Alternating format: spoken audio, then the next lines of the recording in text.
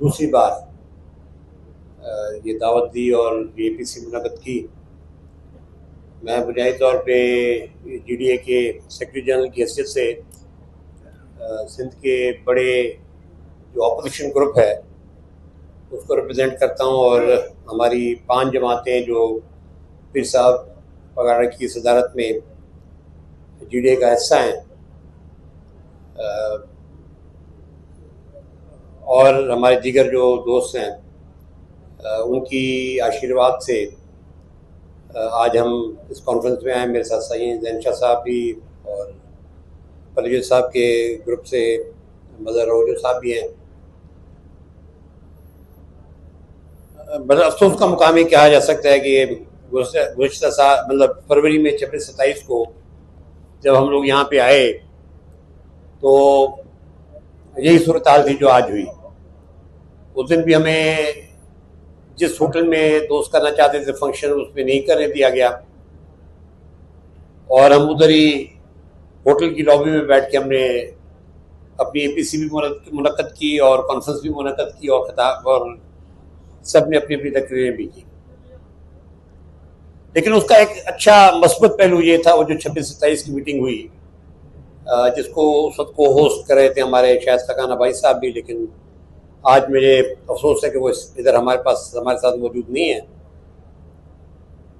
तो उसने एक नेशनल एजेंडा डेवलप किया, और हम तमाम साथी जो दोस्त हैं, कम से कम जो आज यहाँ पे बैठे हैं, मेरे नज़दीक कुछ दोस्त हैं जो कि नए आए हैं, लेकिन तकरीबन तमाम सियासी जमातें उस वक्त की, चाहे वो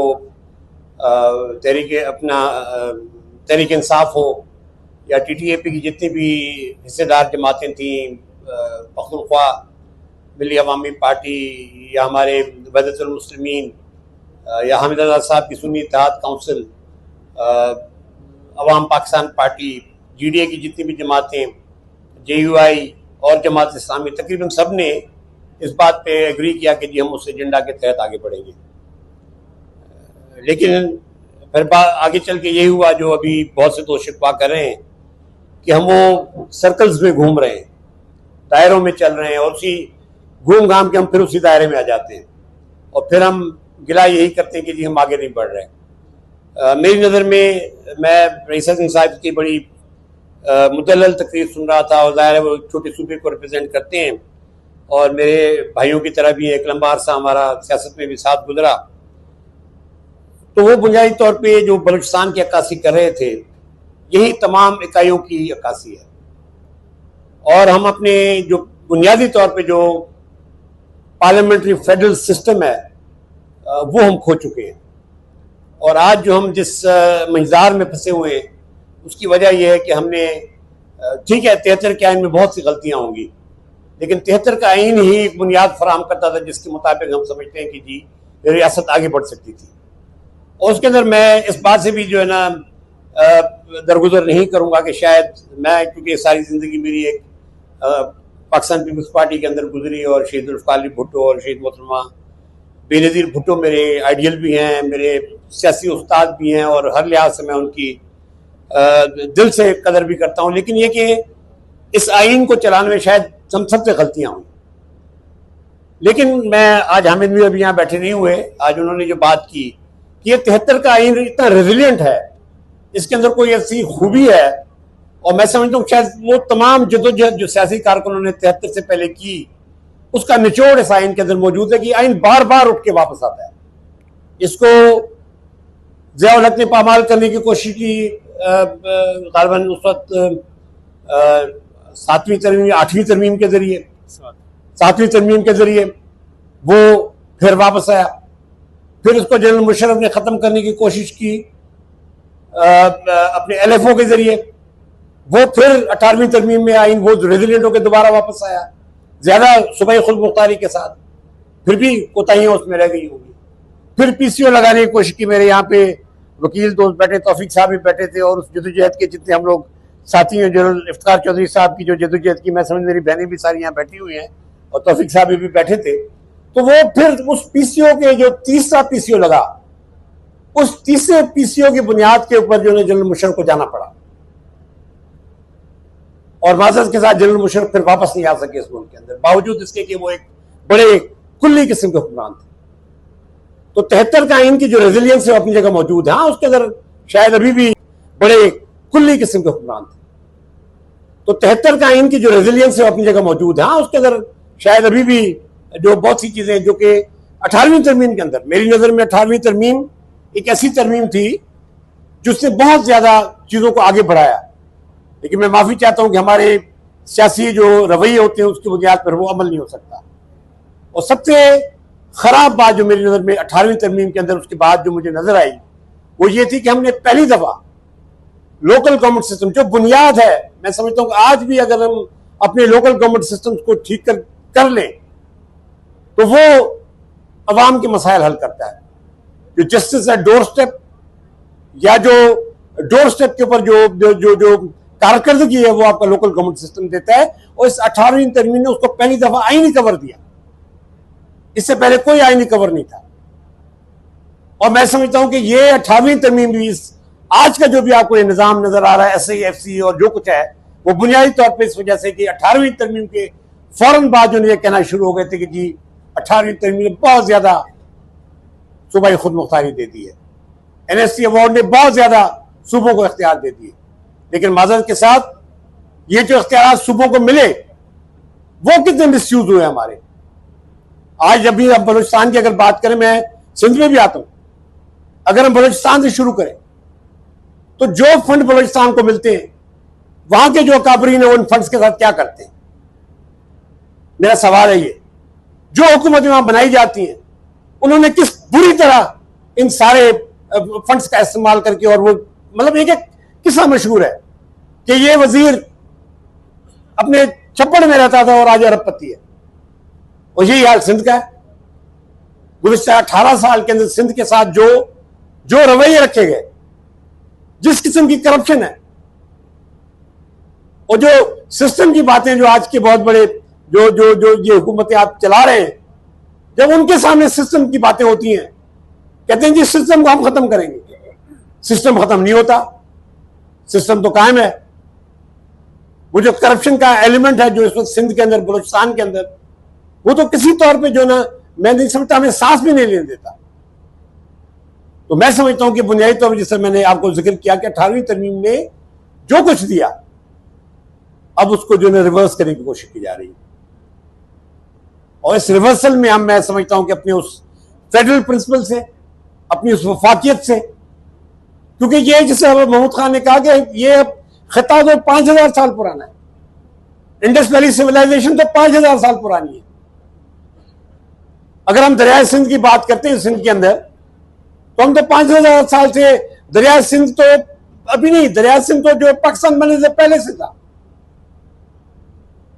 जब वो दाखिल होता है स्कर्दू के अंदर तब भी दरिया सिंध है, जब वो पंजाब के मैदानों में आता है तब भी दरिया सिंध है, जब वो सिंध से निकल के और समंदर में गिरता है तब भी वो दरिया सिंध है।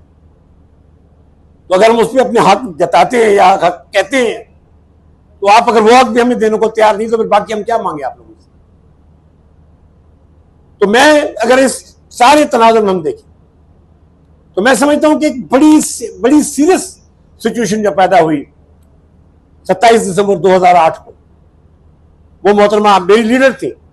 मैं इस वजह से नहीं कह रहा कि वो मेरी सिर्फ लीडर थी, बल्कि मैं इसलिए कह रहा हूं कि मोहतरमा की शहादत के बाद एक बहुत बड़ा सीरियस किस्म का लीडरशिप क्राइसिस पैदा हुआ इस मुल्क के अंदर। और हमारे जितने भी लीडरान उसकी बात है, मियां नवाज शरीफ माजरत के साथ वो मुझे लॉस्ट फिगर नजर आते हैं। और ये जो कंप्रोमाइजेस अभी उन्होंने किए हैं, इसने तो उनकी अपनी पार्टी का पट्टा पटा के रख दिया।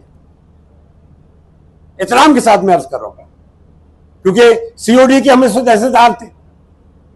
COD की बात भी बहुत होती है, तो COD किस तरह हुआ वो भी एक तारीख का हिस्सा है।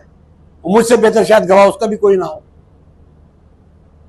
फिर अब हम इस वक्त यकीनन आज अगर हम देखें तो इस वक्त सबसे पॉपुलर लीडर हमारे पास इमरान खान साहब है।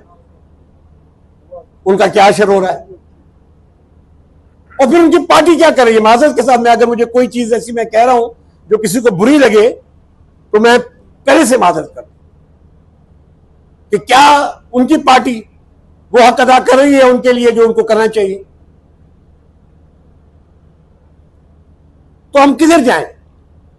एक सीरियस किस्म के हम इस वक्त लीडरशिप क्राइसिस और एक सीरियस किस्म के हम इंस्टीट्यूशनल कोलैप्स का शिकार है।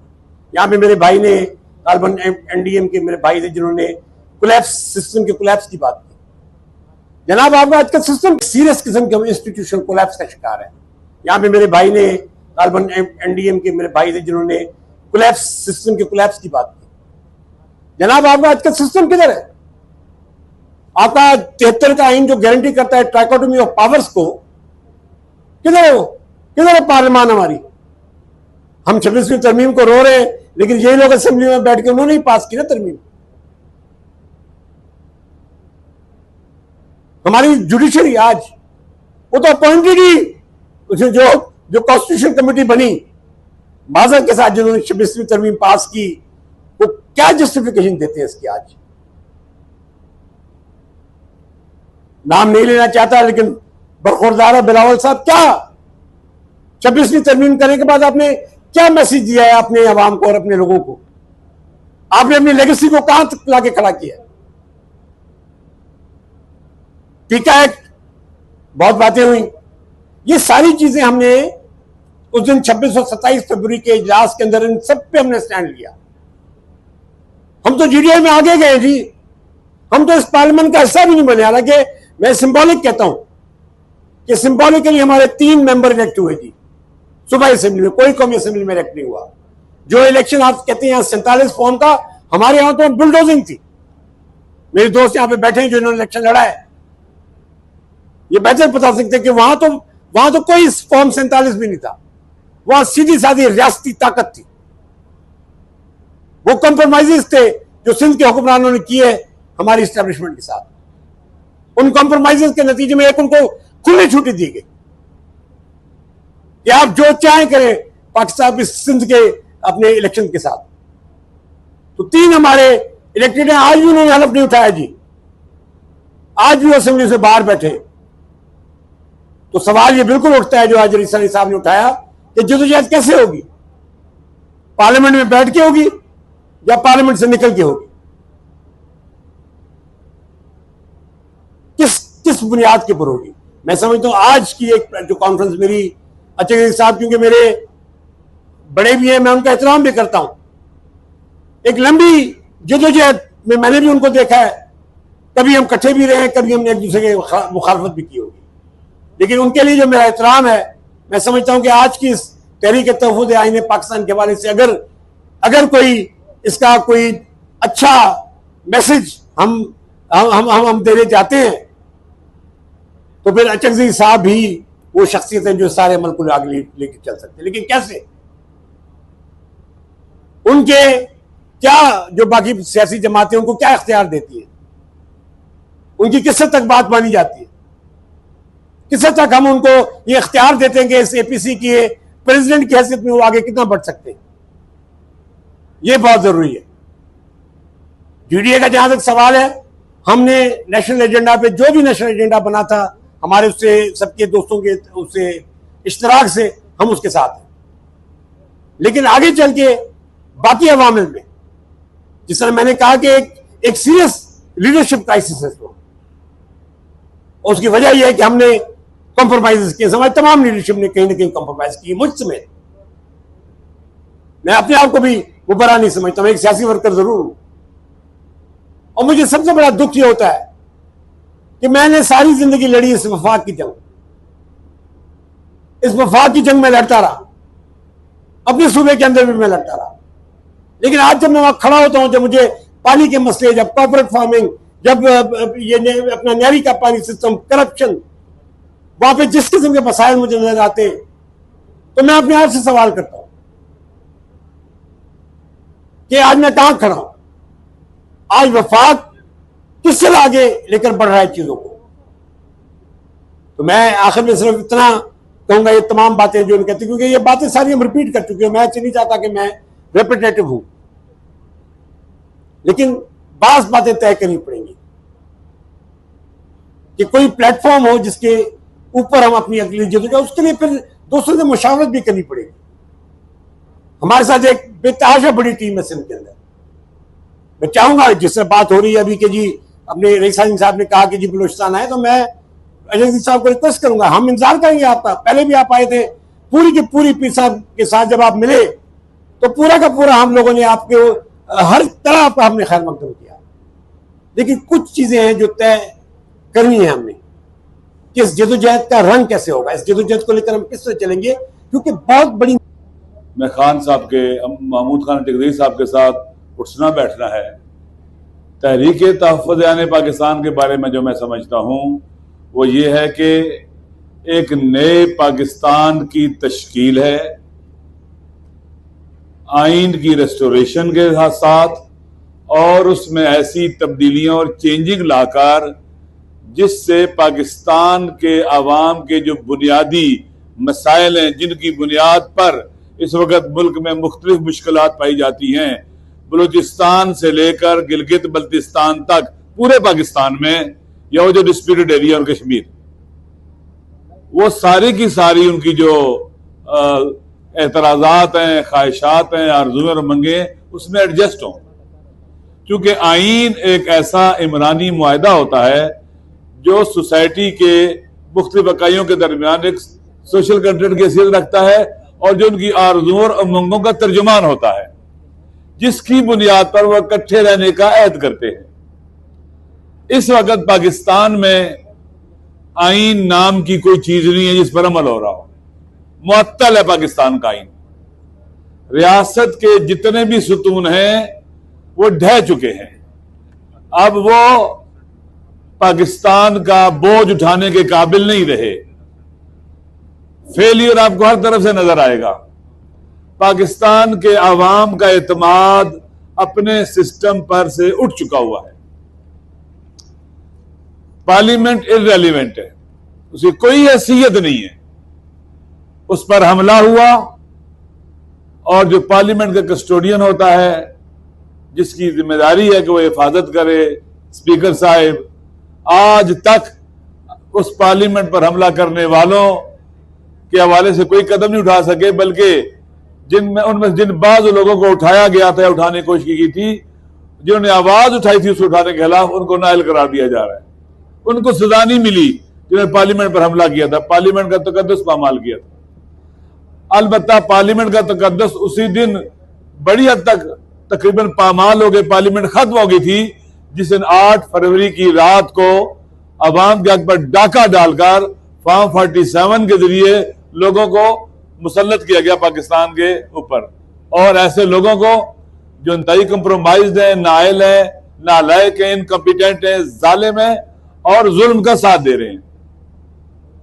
इस वक्त पाकिस्तान दिन ब दिन बहरानों की दलदल में दस्ता चला जा रहा है।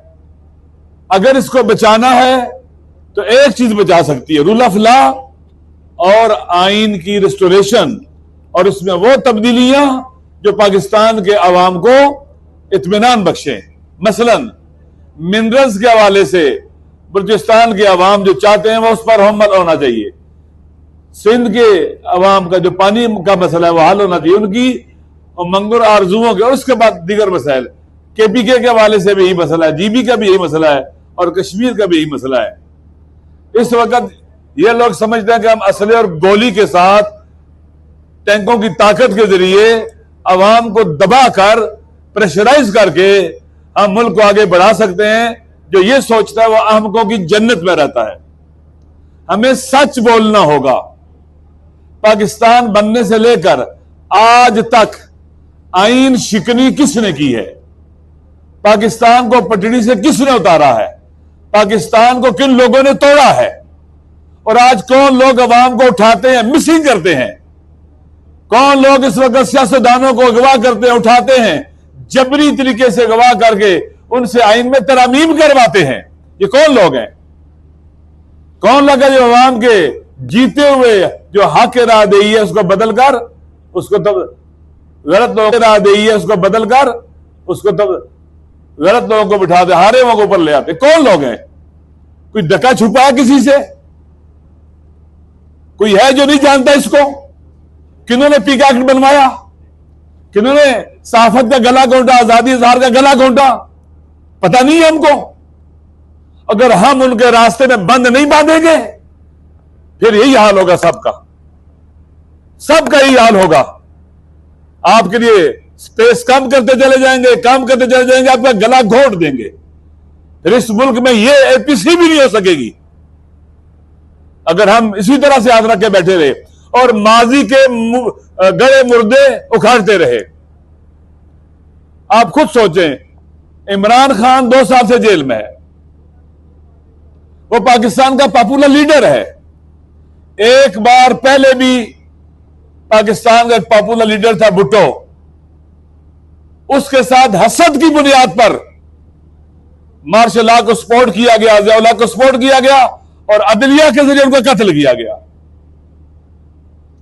अब भी इमरान खान की पॉपुलैरिटी पाकिस्तान के हक में होगी, पाकिस्तान को फायदा होगा दाखिली तौर पर भी और बैरूनी तौर पर भी, और पाकिस्तान के अवाम उस पर एतमाद करते हैं। ये हर एक को अलग अलग जगह उलझा रहे हैं, हर एक को उन्होंने उलझाया हुआ, अकेले अकेले करके, तकसीम करके। जुल्म फिर जुल्म है।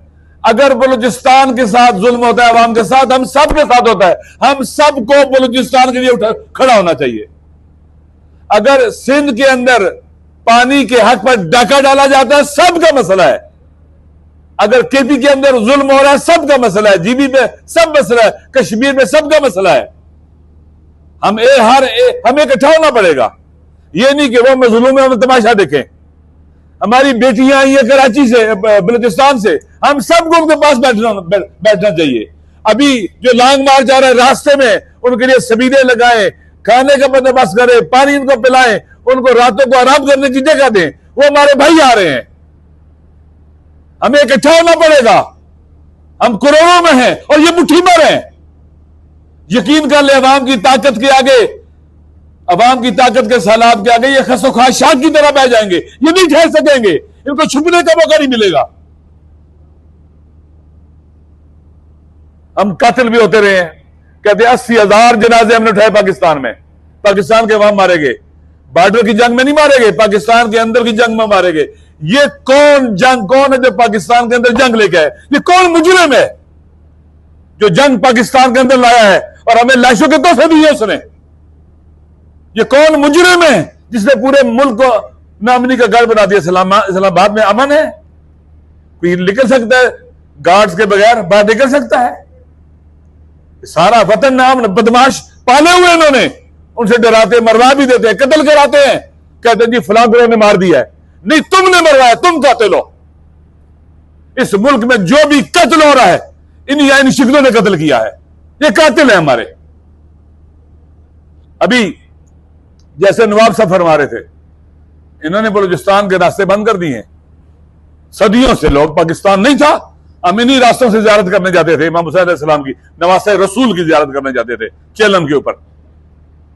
आज अचानक एक वज़ीर दाखिला जाता है कोयटा, अनाउंस कर देता है जी लोग तैयार हो चुके हुए हैं, सब कुछ आमादा है। पहले ऐलान भी कर चुके हैं कि लोग जाएंगे।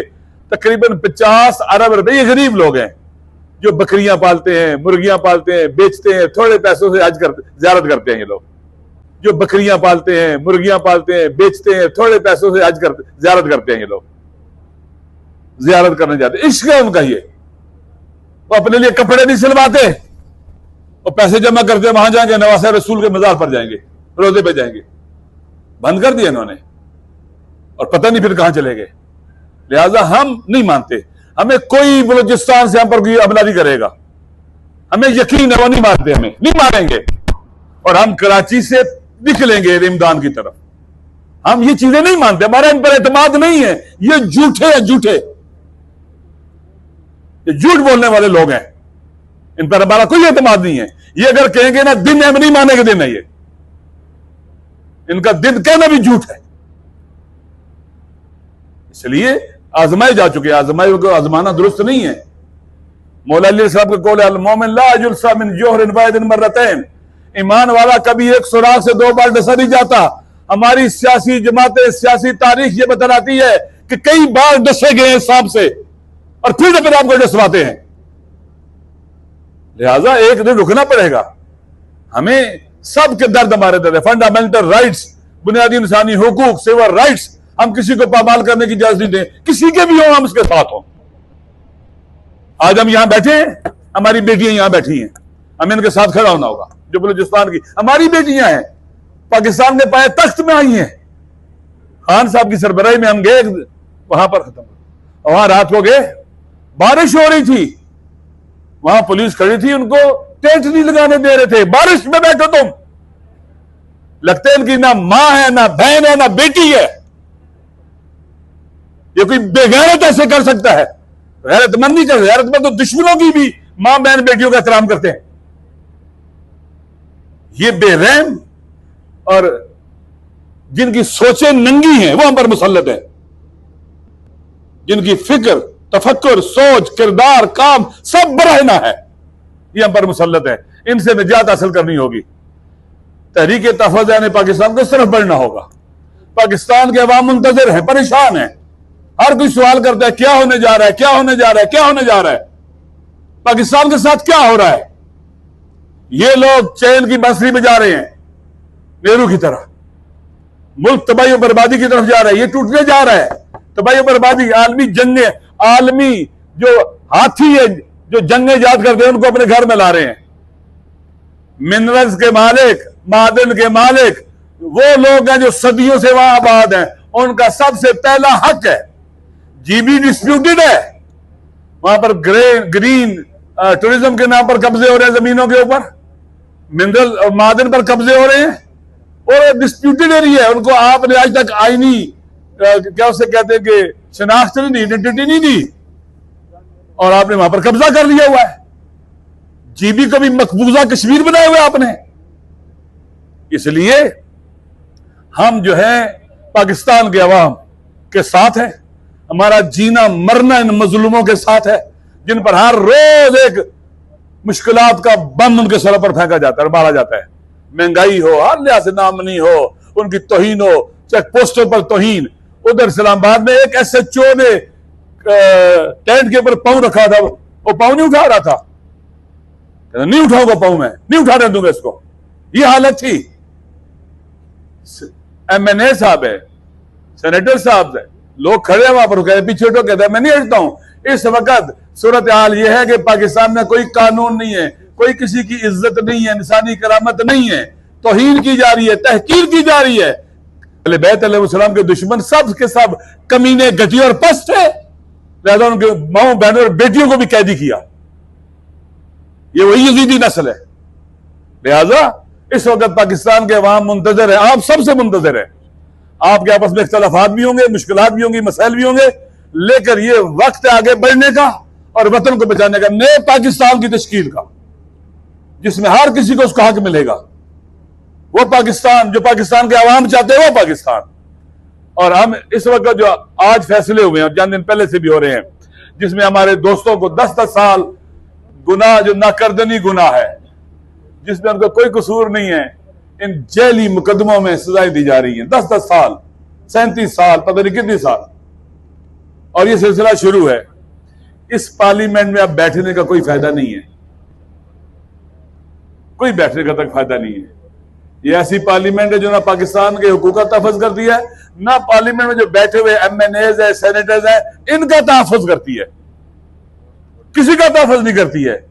ये बैठने के काबिल नहीं रही है। मुझे उम्मीद है इंशाअल्लाह ऐसे फैसले किए जाएंगे यहां पर, जिससे अवाम को जब खबर पहुंचेगी, अवाम में उम्मीद होगी और फिर अवाम घरों से बाहर निकलेंगे। हम निकलेंगे, पूरे पाकिस्तान में जाएंगे, एहतजाज करेंगे, पुरअमन एहतजाजात के जरिए, अवामी ताकत के जरिए चीजों को जायज कर देंगे। एक आखिरी बात, हमारे हुक्मरान तारीख पढ़े, हर कोई तारीख पढ़े, ये जो जदोजहद है तहफ़्फ़ुज़ आइन की, ये रिफॉर्म्स हैं, ये रिफॉर्म्स की जदोजहद है।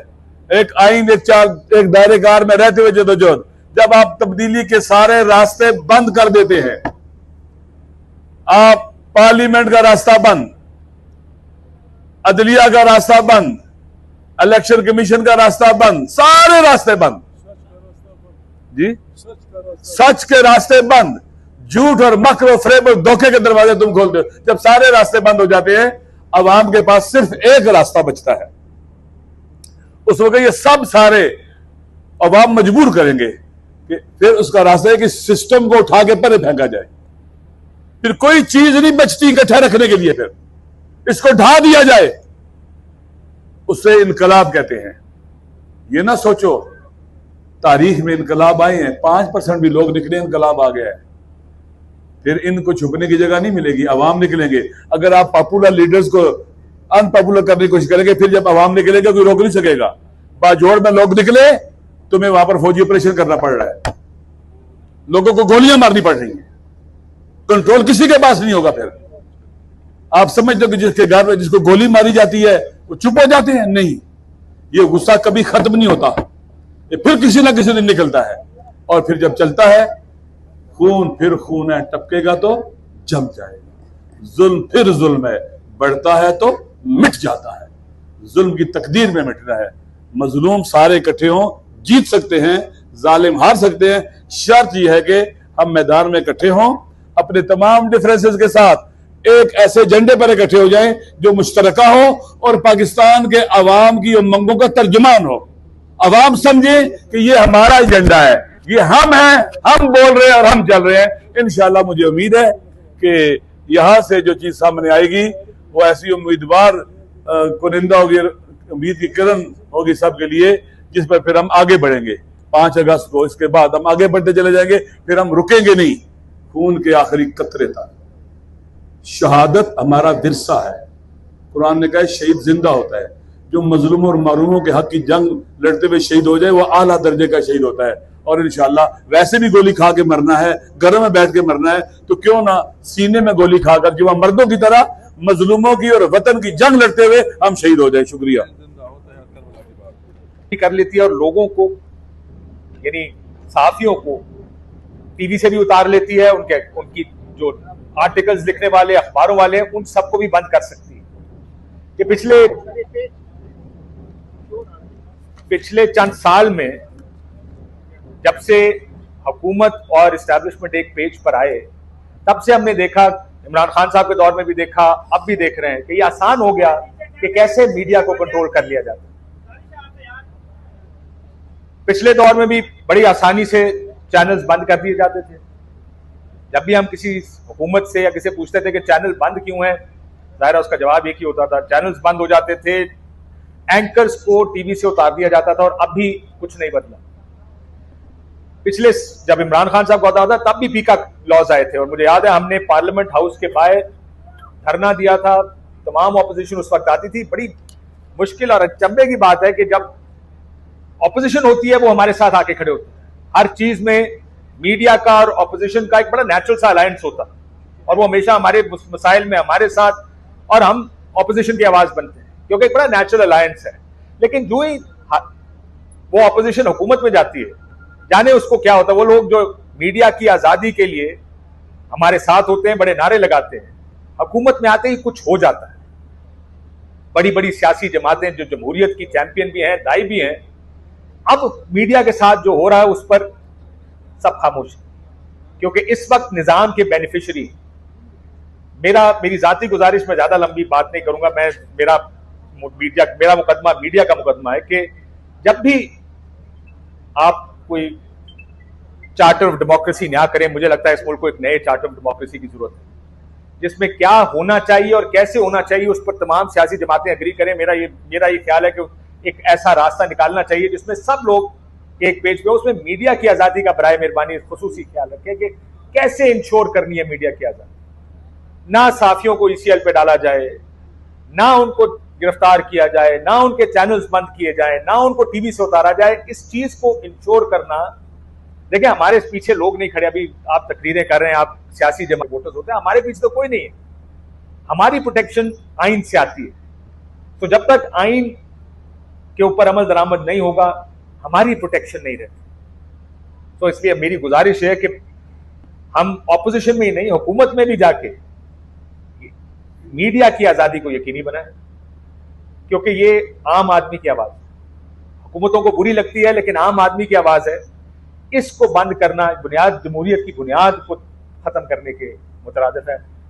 मैं आपका बहुत बहुत शुक्रिया अदा करता हूँ, आपने मुझे बोलने का मौका दिया, और all the very best and thank you so very much कि आपने मुझे ये चांस दिया। जी कि उन्होंने इस रियासती जबर को, इस जुल्म को और बर्बरियत को चैलेंज करने के लिए पाकिस्तान के अवाम की आवाज बने हैं और ये मुमकिन बनाया कि आज हम सब इधर इकट्ठे हैं, जिनमें हमारे तमाम अकाबरीन, मुख्तलिफ सियासी जमातों के साथी और हमारे कॉमरेड्स भी शामिल हैं। तो बहुत शुक्रिया। बहुत बातें हुई, टाइम मुख्तसर है, मैं सिर्फ 2-3 चीजें आपके आगे रखूंगी कि इस वक्त जो पाकिस्तान की सूरत हाल है, अगर हम ये कहते हैं कि ये कोई रियासत रह गई है तो फिर हम किसी गलतफहमी का शिकार हैं। पाकिस्तान के अंदर 26वीं आईनी तरमीम के बाद, और 26वीं आईनी तरमीम क्या है? 26वीं आईनी तरमीम बुनियादी तौर पे इस्टेब्लिशमेंट और सियासी जमातों का चार्टर ऑफ डिक्टेटरशिप है।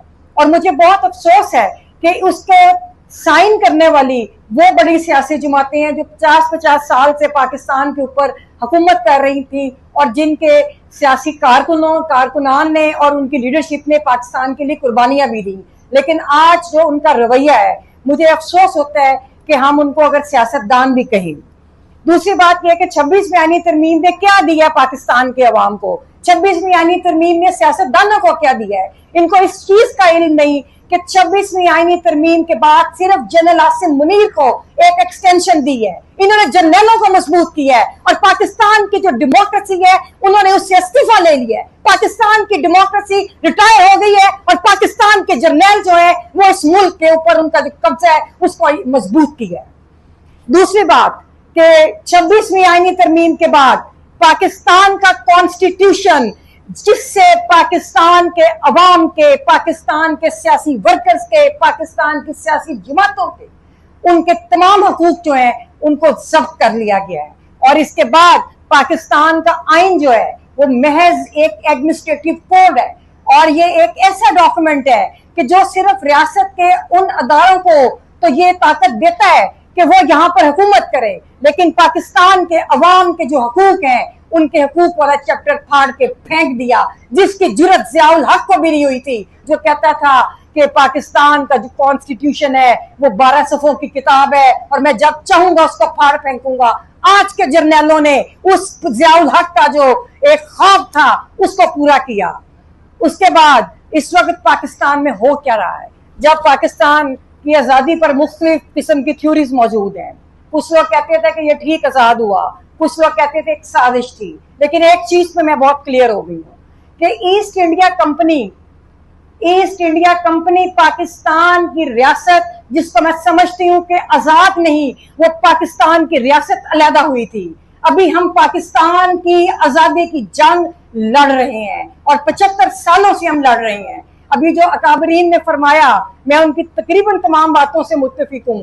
सिर्फ एक चीज के ऊपर मेरा पॉइंट ऑफ व्यू ये है कि ये एक शुक्र करते हैं कि आप लोगों की जदोजहद से, पाकिस्तान के सियासी लोगों की जदोजहद से अब हम उस दायरे को तोड़ने में कामयाब हो गए हैं। और इस वक्त पाकिस्तान का जो निज़ाम है, वो पाकिस्तान का निज़ाम अब चेहरों की नहीं, अब वो तब्दीली की तरफ जा रहा है, जो निज़ाम की तब्दीली होगी। अब ये जो सियासी जमातें जो अपने आप को कहती हैं, जिन्होंने 26वीं आईनी तरमीम पास करके 18वीं तरमीम जिसको खुद पास किया उसको भी रोल बैक किया, और उसके बाद जो एक जुडिशरी इन्होंने हमें दी, जो एक आपकी एजेंसियों की मातहत जुडिशरी है, जिसके अंदर कोई ऐसा जज इस वक्त बाइख्तियार नहीं कि जो आपके हकूक का फैसला कर सके। इस वक्त सियासी जमात, पाकिस्तान की सबसे बड़ी सियासी जमात पीटीआई की पॉलिटिकल क्लींजिंग की जा रही है। जो जुल्म और बर्बरियत पीटीआई के वर्कर्स के साथ किया जा रहा है, हुसैन शहीद सोहरवर्दी से लेकर आज फिर एक वजीर आजम जो आज भी मुल्क के वजीर आजम है, इमरान खान,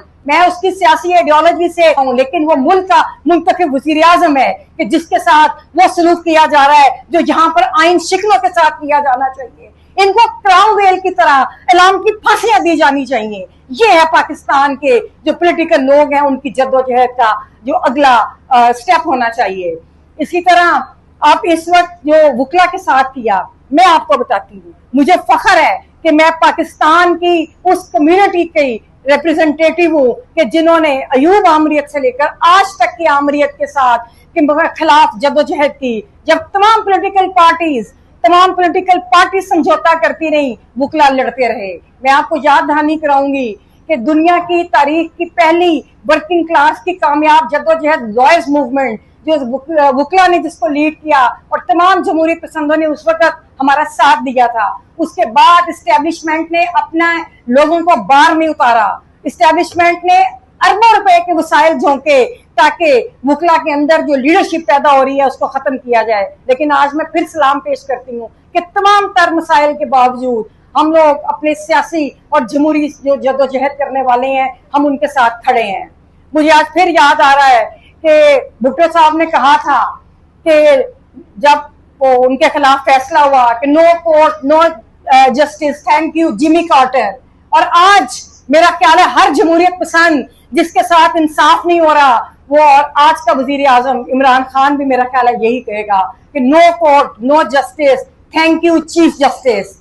और आखिर में मैं ये समझती हूँ कि ये जो इस वक्त आपने इतनी बड़ी जदोजहद को आगे बढ़ाने के लिए जो बात की, हमें एक चीज पे जरूर बात करनी होगी, और वो ये है कि जो मायूसी फैलाई जा रही है पाकिस्तान के अंदर, 65% हमारे जो नौजवान है, हमारी जो आबादी नौजवानों के ऊपर है, और उनको यही कहा जाता है कि देखिए ये कुछ नहीं हो रहा। लेकिन मैं उनको पैगाम दूंगी कि जब भी तहरीकें चलती हैं तो एक दिन या 2 महीने या 4 दिन में नहीं चलती। आप एक रियासत के, आप एक रोक स्टेट के खिलाफ लड़ रहे हैं जहां पर आपके कोई हकूक नहीं है, तो थोड़ा सा वक्त लगता है। आप लोग पूरी कुव्वत के साथ खड़े हो, आप पूरी ताकत के साथ खड़े हो, आखिरी कामयाबी आपकी होगी। और जो मसाइल का जिक्र किया, बलोचिस्तान के मिसिंग पर्सनस के हवाले से हो, सिंध के अंदर 6 कनाल और दीगर मसाइल जो सिंध के हैं उनका मसला हो, पंजाब में जिस तरह किसानों के साथ किया जा रहा है, पॉलिटिकल वर्कर्स के साथ किया जा रहा है, वुकला के साथ किया जा रहा है, केपी के गिलगित बल्तिस्तान के अंदर जिस तरह आप शब खून मारने जा रहे हैं, जो मादनियात अब वहां पर जो कब्जा करने जा रहे हैं। मुझे गिलगित बल्तिस्तान के एक्टिविस्ट हमारे कॉमरेड्स मिले, उन्होंने कहा ये हमारी लाशों में से गुजर के ये अपने कर्जे उतारेंगे। वजीर आजम कहते हैं कि हम यहाँ के जो मादनियात हैं उसको बेच के कर्जे उतारेंगे, वो कहते हैं कि हम ये नहीं होने देंगे। तो हम सबको बिल्कुल ये दुरुस्त फरमाया हमारे लीडर ने कि हमें सबको इकट्ठे होके इस जदोजहद को आगे बढ़ाने की जरूरत है। और दूसरी बात ये है कि मैं ये समझती हूँ कि इन जो पार्लियामेंट जिसे हम कहते हैं, इसका अमली तौर पे कोई वजूद नहीं, क्योंकि ये अवाम के नुमाइंदा पार्लियामान नहीं है। और मैं ये समझती हूँ कि अब वो वक्त फैसले करने का वक्त है कि अब इस पार्लियामेंट के अंदर रहने का जो पीटीआई का भी कोई जवाब हमें नजर नहीं आता। जिस तरह आज हमारे बहुत सारे काबरीन को फिर उन्होंने सजाएं दी हैं, जो 9 मई का एक वाकया, वो एक मशकूक वाकया है। मैं हमेशा कहती हूँ कि वो मशकूक वाकया है, वो उसी तरह वाकया है जिस तरह 13 साजिश केस के अंदर पीपल्स पार्टी के जो उस वक्त के लीडर्स थे उनको क्रश किया गया, पीपल्स पार्टी के ऊपर शब खून मारा गया था। 9 मई एक इंतहाई अफसोसनाक साजिश है जो पाकिस्तान की सियासत के खिलाफ की गई। तो मैं ये समझती हूँ कि हमें अब कोई जवाब नजर नहीं आता कि हम लोग अपनी जो जदोजहद है हम इसके ऊपर, बलोचिस्तान के अंदर कत्ल हो, पंजाब के अंदर हो, सिंध के अंदर हो, जब एक आम शहरी मरता है, जब आम शहरी शहीद होता है, तो वो फिर हम सबका भाई और हम सबकी बहन है। और आखिरी बात ये कि इतने लोग तो इस जंग में, जिसको सर्जिकल स्ट्राइक थी, मैं तो उसको जंग भी नहीं कहती, इस सर्जिकल स्ट्राइक्स में जितने लोग हमारे जो भाई थे, हम फौजी, हम तो आज भी उनको फौजी भाई कहते हैं, हम उनकी रिस्पेक्ट करते हैं जो अवाम के लिए या अपने मुल्क के लिए लड़ते हैं। लेकिन जितने इन्होंने 26 नवंबर को कत्ल किए थे, मेरा ख्याल में वो कत्ल ज्यादा थे।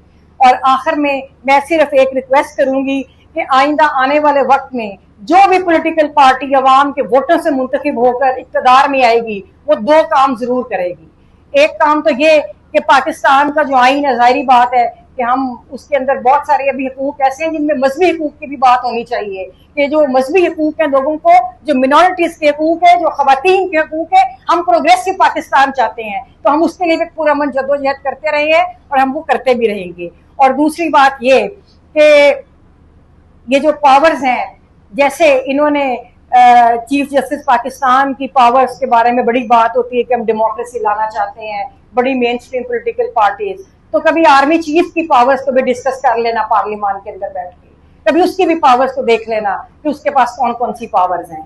तो मैं इसी के साथ आपका शुक्रिया अदा करती हूँ और मैं ये कहती हूँ कि हमें अमली जदोजहद को अब आगे बढ़ाना है, हमें बाहर निकलना है। और ये बिल्कुल दुरुस्त बात है, जैसे अभी आपने बांग्लादेश में भी देखा, हम लोग अब तैयार नहीं है इस जुल्म को सहने के लिए। बांग्लादेश के अंदर सिर्फ फर्क ये था कि उधर चूंकि पोलिटिसाइज सोसाइटी थी, वहां पे पॉलिटिकल स्ट्रगल्स होती रही है। पाकिस्तान में तो एस्टेब्लिशमेंट ने काम ही एक किया है, जिया दौर से लेकर आज तक आपकी सोसाइटी को डिपोलिटिसाइज की है।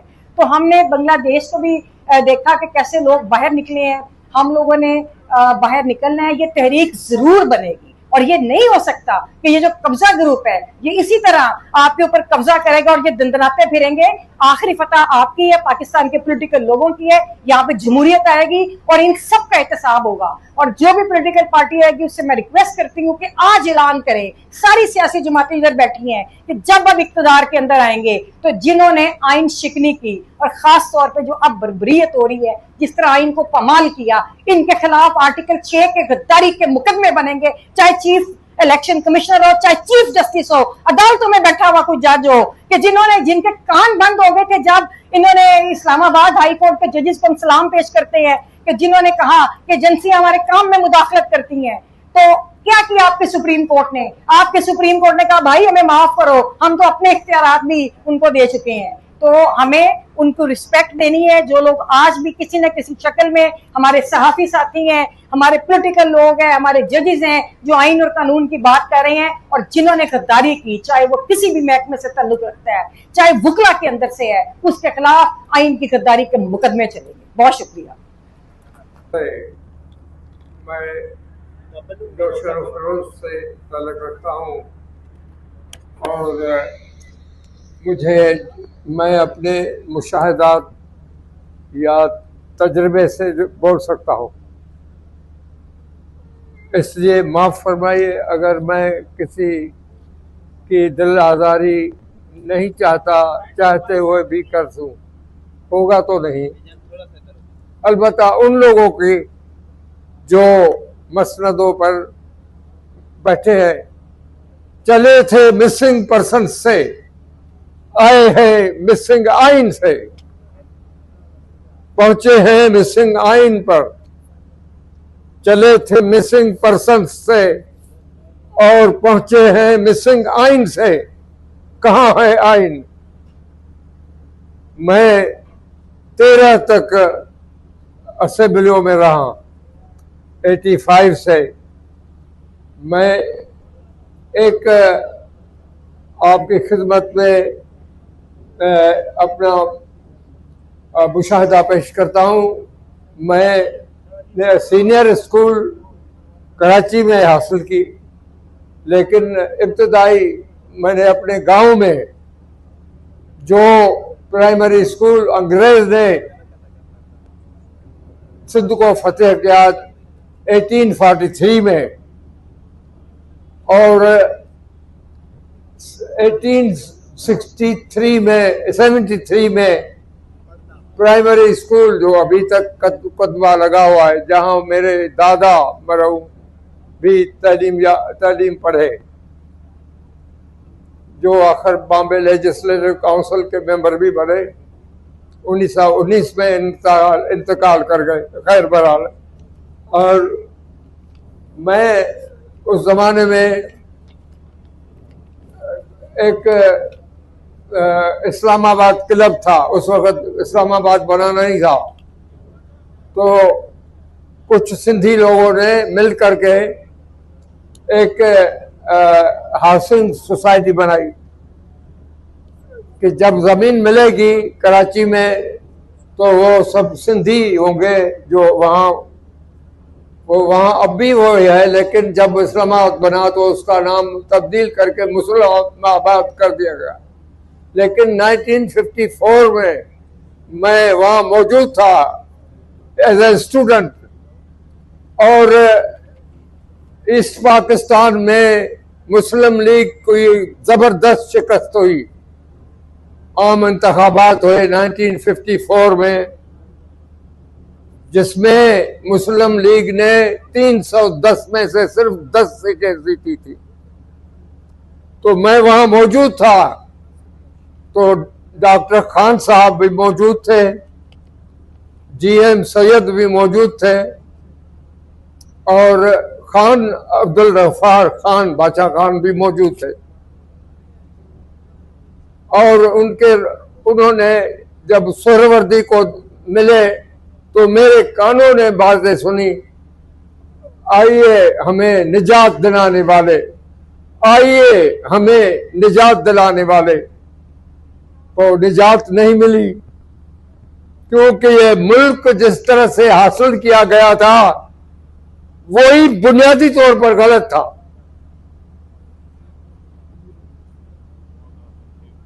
खैर, बहरहाल इस बहस में नहीं जाना चाहता, वक्त कम है। आप मुझे अब ये जो नाम का आइन बन गया है, 18वीं तरमीम ने कुछ फायदे दिए सूबों को। 3% पहले 57% डिविजिबल पूल से मिलता था, अब 60% मिलता है,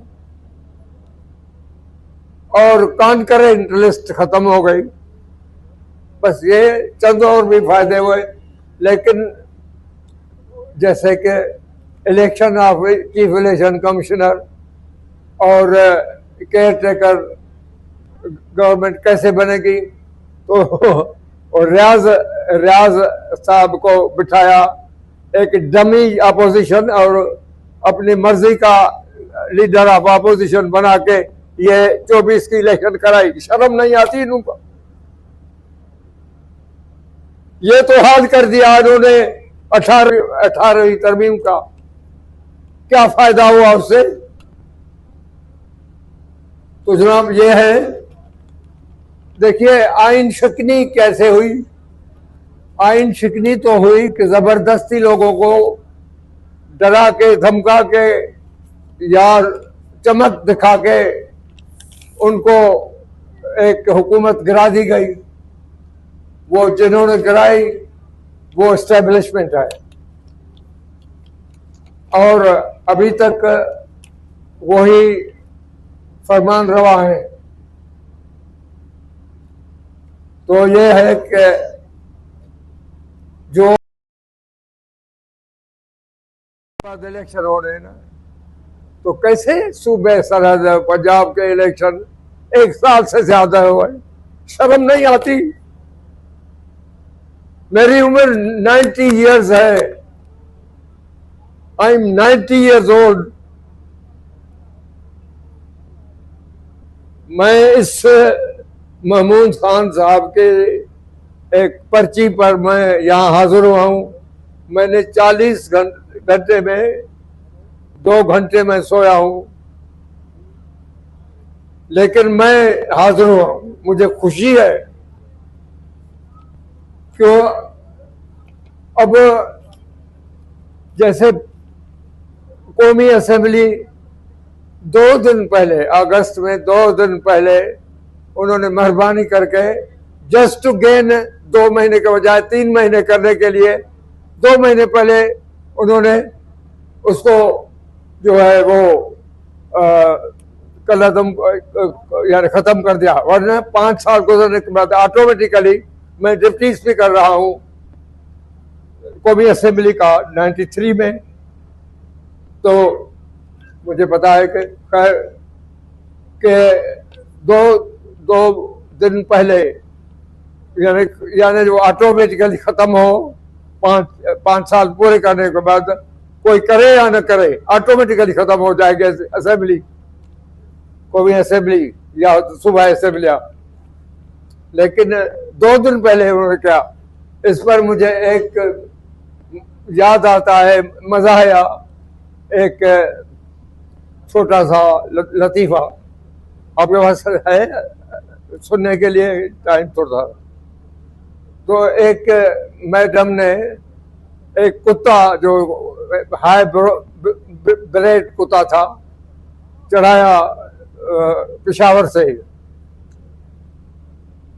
गाड़ी में, ट्रेन में, और कराची के लिए। कराची में जब उतरी तो वो मैडम भागती हुई वहां गई, वहां जानवरों के वैगन में। तो वहां उसने देखा, हैरान रह गई कि वो तो उसका टामी तो है नहीं। तो उसने गार्ड को कहा कि वेयर इज माय टामी? तो उसने कहा कि madam I don't know about Tommy, there is one dog and there is one dog. यहाँ रेलवे रिसीप्ट में लिखा हुआ है एक कुत्ता, और यहाँ भी एक कुत्ता, बस। तो ये 2 दिन ऐसे ऐसे है कि नाम के लिए तो पूरा कर दिया, लेकिन रूह को तो खत्म कर दिया। तो ये है हाल। मैं क्या कहूं क्या न कहूं, मुख्तसरन अर्ज़ है कि ख्वाजा आसिफ कहते हैं कि ये हाइब्रिड हुकूमत है। अगर ये 90 में होती तो आज मुल्क पता नहीं कहाँ होता। मैं आसिफ को कहता हूं कि तुम्हारा वालिद ख्वाजा सफदर 62 में मेरे साथ मेंबर था वेस्ट पाकिस्तान असेंबली में। मैं दी अदर डिप्टी स्पीकर था। I was elected as a deputy speaker West Pakistan Assembly in 1962। और अक्सर या तो चौधरी अनवर भिंडर, पहले तो मुबीन अल-हक सिद्दीकी थे 1 साल के लिए, और उसको निकाल दिया। फिर चौधरी अनवर भिंडर साहब, उन्होंने वो प्रिजाइड करते थे। वो इसहाक कुंडी साहब आते ही नहीं थे, तो आई यूज्ड टू प्रिजाइड। तो एक दिन वहाँ Khawaja Safdar was leader of the opposition, और उन्होंने ये वहाँ अब्दुल हमीद रोकड़ी या हमीदुल्लाह रोकड़ी, जो भी नाम था, एक दिन एक रेजोल्यूशन था। रेजोल्यूशन ये था कि तो आई यूज्ड टू प्रिजाइड। तो एक दिन वहाँ Khawaja Safdar was leader of the opposition, और उन्होंने ये वहाँ अब्दुल हमीद रोकड़ी या हमीदुल्लाह रोकड़ी, जो भी नाम था, एक दिन एक रेजोल्यूशन था। रेजोल्यूशन ये था कि कराची के फसादात का ये जो है ना वो अदालती तहकीकात की जाए। वो रेजोल्यूशन निकल आया बैलेटिंग। वो वहां पर चीटिंग नहीं होती थी जो अब आजकल होती है कि कौन से रेजोल्यूशन निकाल रहे कौन से नहीं निकाल रहे।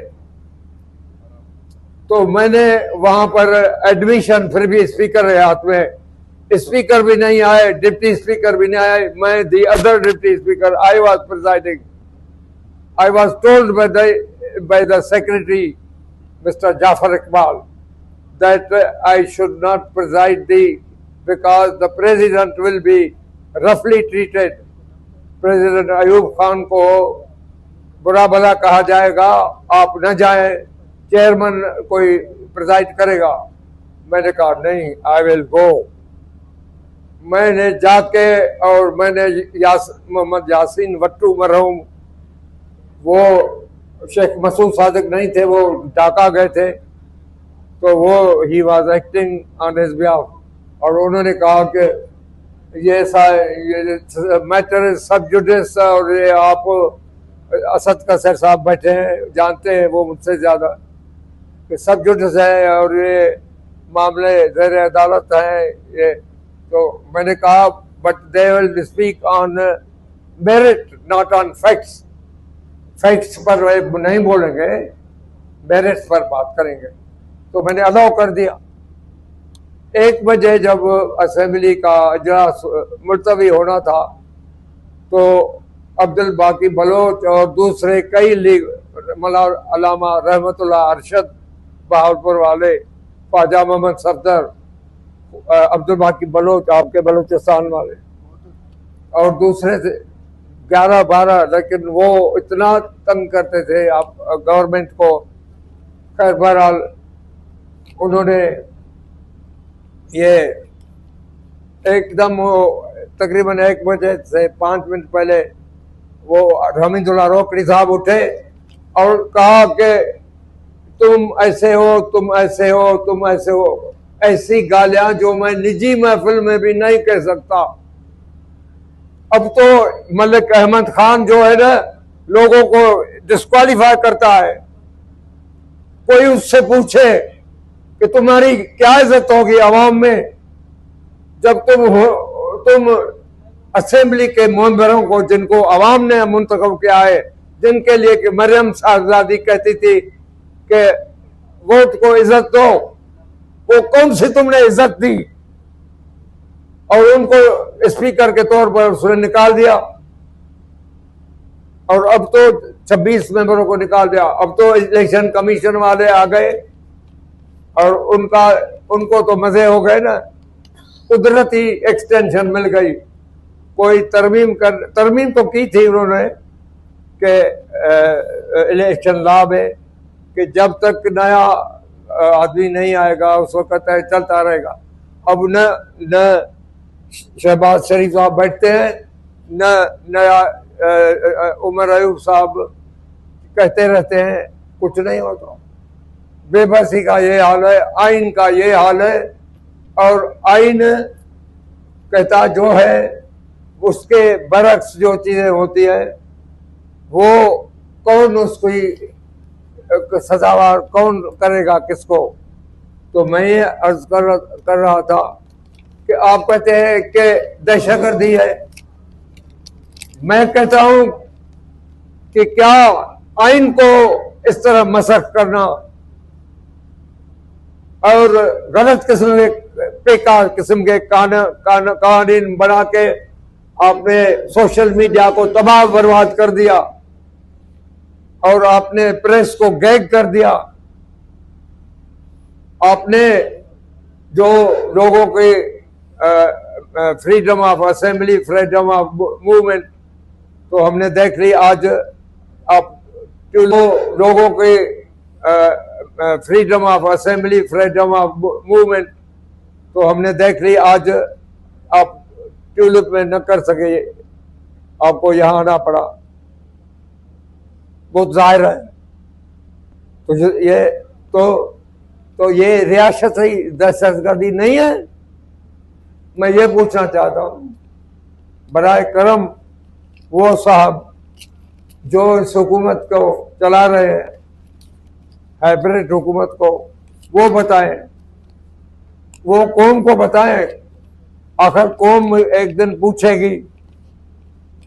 और आपने हिम्मत की है कि आप आगे आए हैं और सिंध में जो कत्ल व गारत की रोजाना आप सिंधी अखबारात पढ़े, रोजाना बे इंतहा लोग मारे जा रहे हैं।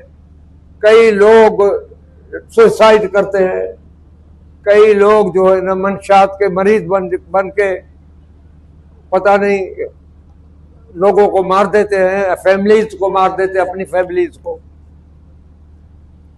तो इतना जुल्म है। और वहां पर एक डमी चीफ मिनिस्टर सिंध में बैठा हुआ है, डी फैक्टो चीफ मिनिस्टर कोई और है, डी जोर चीफ मिनिस्टर कोई और है, और एक खानदान है, एक खानदान डी जोर वो हाकिम है सिंध का, और एक जो है ना आदमी वो बड़ाए नाम इधर उधर अपने आप को चीफ मिनिस्टर जाहिर करता रहता है, और असेंबली वाले हाथ उठा के रहते हैं। और ये भी 47 का ये जो फॉर्म 47 की मेहरबानी है। तो मैं आपसे ये दरख्वास्त करता हूँ और पूछता हूँ कि सिंध का आप क्या करेंगे। पहले तो मैं अपने सूबे के लिए पूछूं ना। तालीम का ये हाल है, मुझे 2 मिनट दे दे, 2 मिनट, 5 मिनट, 2 मिनट। एक तालीमदान मशहूर निसार अहमद सिद्दीकी मरहूम, जिन्होंने सक्खर IBA बनाया और अब सक्खर IBA यूनिवर्सिटी बन गई है। सखर बिजनेस मैनेजमेंट यूनिवर्सिटी बन गई इंस्टीट्यूट के बजाय। उन्होंने कहा कि एक साहब गए एजुकेशन डिपार्टमेंट के स्कूल में और लड़के से पूछा कि सोमनाथ का दरवाजा किसने तोड़ा था। लड़के ने साहब मैंने नहीं तोड़ा था। तो उसने टीचर से पूछा, कई स्टूडेंट से पूछा, किसी को नहीं आया। तो टीचर से पूछा, आपने क्या बताया है लोगों को कि किसने तोड़ा था। साहब मुझे पता नहीं, ये लड़के बड़े अच्छे हैं, अगर इन्होंने तोड़ा होता तो जरूर बताते। तो हेडमास्टर ने लिखा ऊपर डायरेक्टर को या सेक्रेटरी को, डायरेक्टर को, कि साहब यहाँ सवाल पूछा और किसी ने नहीं उनको बताया कि सोमनाथ का दरवाजा किसने तोड़ा था। उसने डायरेक्टर ने लिखा कि थोड़े से पैसे खर्च करके दरवाजा बना दे, बदनामी होगी ख्वामखा महकमे की। ये है तालीम का हाल। शिकारपुर जैसे जिले को में 28% है लिटरेसी, और वो भी क्या है, वो भी जो रजिस्टर में जो दर्ज है ना, आते नहीं है, रजिस्टर में दर्ज होते हैं, वो बयान करते हैं कि ऐसे इतने लोग जो है ना वो तालीम याफ्ता है। अब आप क्या करेंगे, अब आप मुल्क के लिए क्या करेंगे? बहुत कुछ करना, क्योंकि हमारी ये इस तरह से नहीं चल सकती। आपको दबाएंगे, आपके आवाज को दबाएंगे। मैं एस्टेब्लिशमेंट को अर्ज करता हूं कि ये आपके आवाज को दबाएंगे, प्रेस के और लीडरों के, अवाम के, पेका के जरिए, प्रेस के, सोशल मीडिया को दबाएंगे तो क्या होगा? ये होगा कि पार्टीज कॉन्फ्रेंस में जिसका बुनियादी मुद्दा जो है वो तहफ़्फ़ुज़ आईन पाकिस्तान है। अच्छा, तहफ़्फ़ुज़ आईन पाकिस्तान जो है वो ये कोई एक दिन का किस्सा नहीं है, एक महीने का नहीं है, एक साल का नहीं है, ये 78 बरस का किस्सा है। ये कोई नई बात नहीं। हमारे कई दोस्तों ने ये कहा कि ऐसा पहले कुछ नहीं हुआ, इससे पहले भी बहुत कुछ हुआ है। तारीख यहां से शुरू नहीं हुई, तारीख 2021 से भी शुरू नहीं होती, ये 47 से शुरू होती है।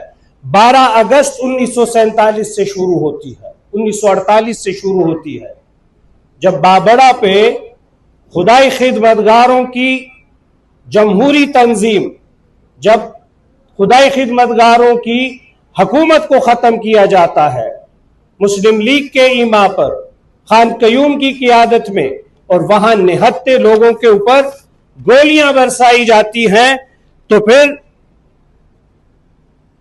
उनको उनकी मैयत वसूल करने का भी हक नहीं होता कि जो गोलियां आप पर खर्च हुई है आप उनके पैसे भी अदा करेंगे।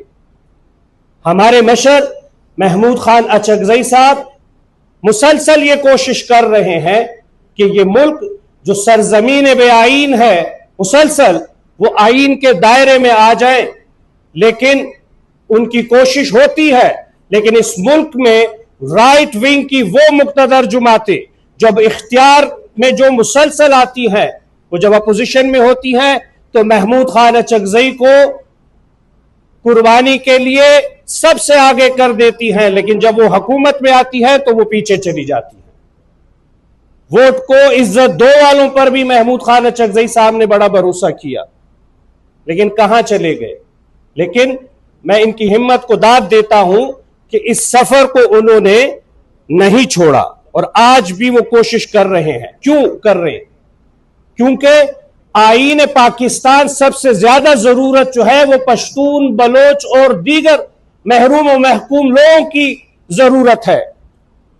हमें उस आईन में दिफा मिलती है, वरना तो यहां हमारी कोई जगह ही नहीं, आज भी नहीं जब आईन मौजूद है। क्योंकि आईन आपका वो वजूद तो रखता है लेकिन अमल में नहीं है। 1 यूनिट जब बनाया गया तब भी हमें निकाल दिया गया। तो ये हमारे वजूद और हमारे बका का सवाल है आईन पाकिस्तान। इससे ज्यादा हमने कभी किसी से कुछ नहीं मांगा। हमें गद्दार कहा गया, बारहा कहा गया, हालांकि वो लोग जो आईन और दस्तूर की बात करते हैं वो गद्दार कैसे हो सकते हैं। हमने हमेशा इनसे कहा कि भाई हमारे साथ आप जो बात करते हैं वो गोलियों की जुबान में मत करें, हमारे आपके दरमियान जो आईन मौजूद है उसके जरिए करें। और ये मुतालबा मुसलसल हमारा है। हमारे अकाबरीन इस राह में चले गए। बशर के वालिद साहब शहीद हो गए इस राह के अंदर। हमारे अकाबरीन जेलों में रहे, बरसा बरस यहां की जेल, अंग्रेजों की जेल, क्या कुछ बर्दाश्त नहीं किया। किसके लिए किया था? इसलिए कि वतन जो है ये खल्के खुदा के लिए होता है। वतन में रहने वाले जो मखलूक है असल में वो सबसे कीमती होते हैं। ये मट्टी, ये शहर, ये इमारतें, इनकी कोई हैसियत नहीं है। लेकिन बदकिस्मती से यहां पे मुकद्दस और मुकद्दम क्या है? ये बड़े बड़े ईवान जिनके जरिए आईन की जो है वो बार बार पायमाली होती है। आज हम कहां खड़े हैं? हम आपसे पूछते हैं, सबसे पूछते हैं, और पंजाब और सिंध के दोस्तों से भी पूछते हैं कि हमारा हाल भी तो पूछ लें कि पश्तून बलोच कहां खड़ा है। आज भी बाजोर से हमारी माएं और बहनें अपने सरों पर अपने घरों का सामान उठाकर दर बदर जो है वो जा रही हैं। और हमारी फिक्र किस में फंसी हुई है आज कि अब जो है अगली दफा इस आईन को पायमाल करने के लिए, नया हाइब्रिड निजाम बनाने के लिए कौन आगे आएगा? कोई बात हमारी भी तो करें। आज अगर इस मुल्क में वाकई हम चाहते हैं, क्योंकि अब उनके यहां एक नया तरीका आ गया कि पहले आप आईन को मुअत्तल करते, मार्शल लॉ लगाते, अब उन्होंने कहा कि भाई रास्ता आसान है। हमारे अंदर ही, सियासी ग्रोहों के अंदर ही ऐसे लोग उनके यहां आ गए कि बलूचिस्तान में 600 वोटों से मुंतखब होने वाला आदमी वजीर आला बन जाए और उसके जरिए से फिर वो जो चाहे अपना करवा ले। जैसे रईसानी साहब ने जिक्र किया कि होटल में सियासी जमात बन गई और वो इख्तिदार में भी आ गई। और यही होगा कि जो हाइब्रिड निजाम से एग्री करेगा बलूचिस्तान में उसकी हुकूमत बन जाएगी।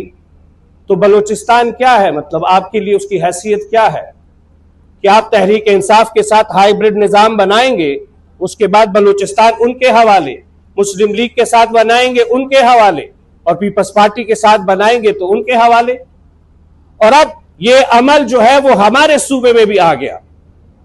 यानी अफसोस के साथ आज पीपल्स पार्टी का कारकुन अपने वजीर आला को ऑन नहीं कर सकता। ये अलमिया नहीं है। परसों उन्होंने बात की कि जी हम भी बड़े खुश हुए कि साहब कहीं से तो कोई आवाज उठी और तहरीक इंसाफ के वजीर आला कह रहे हैं कि भाई हम किसी को उठाते हैं तो फला आ जाते हैं कि भाई ये हमारे लोग हैं, इनको छोड़ दो।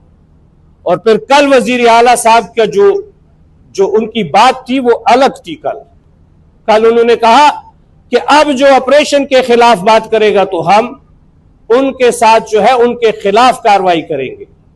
तो इस दो अमली पर भी हमें गौर करना पड़ेगा, इस बात पर भी हमें सोचना पड़ेगा।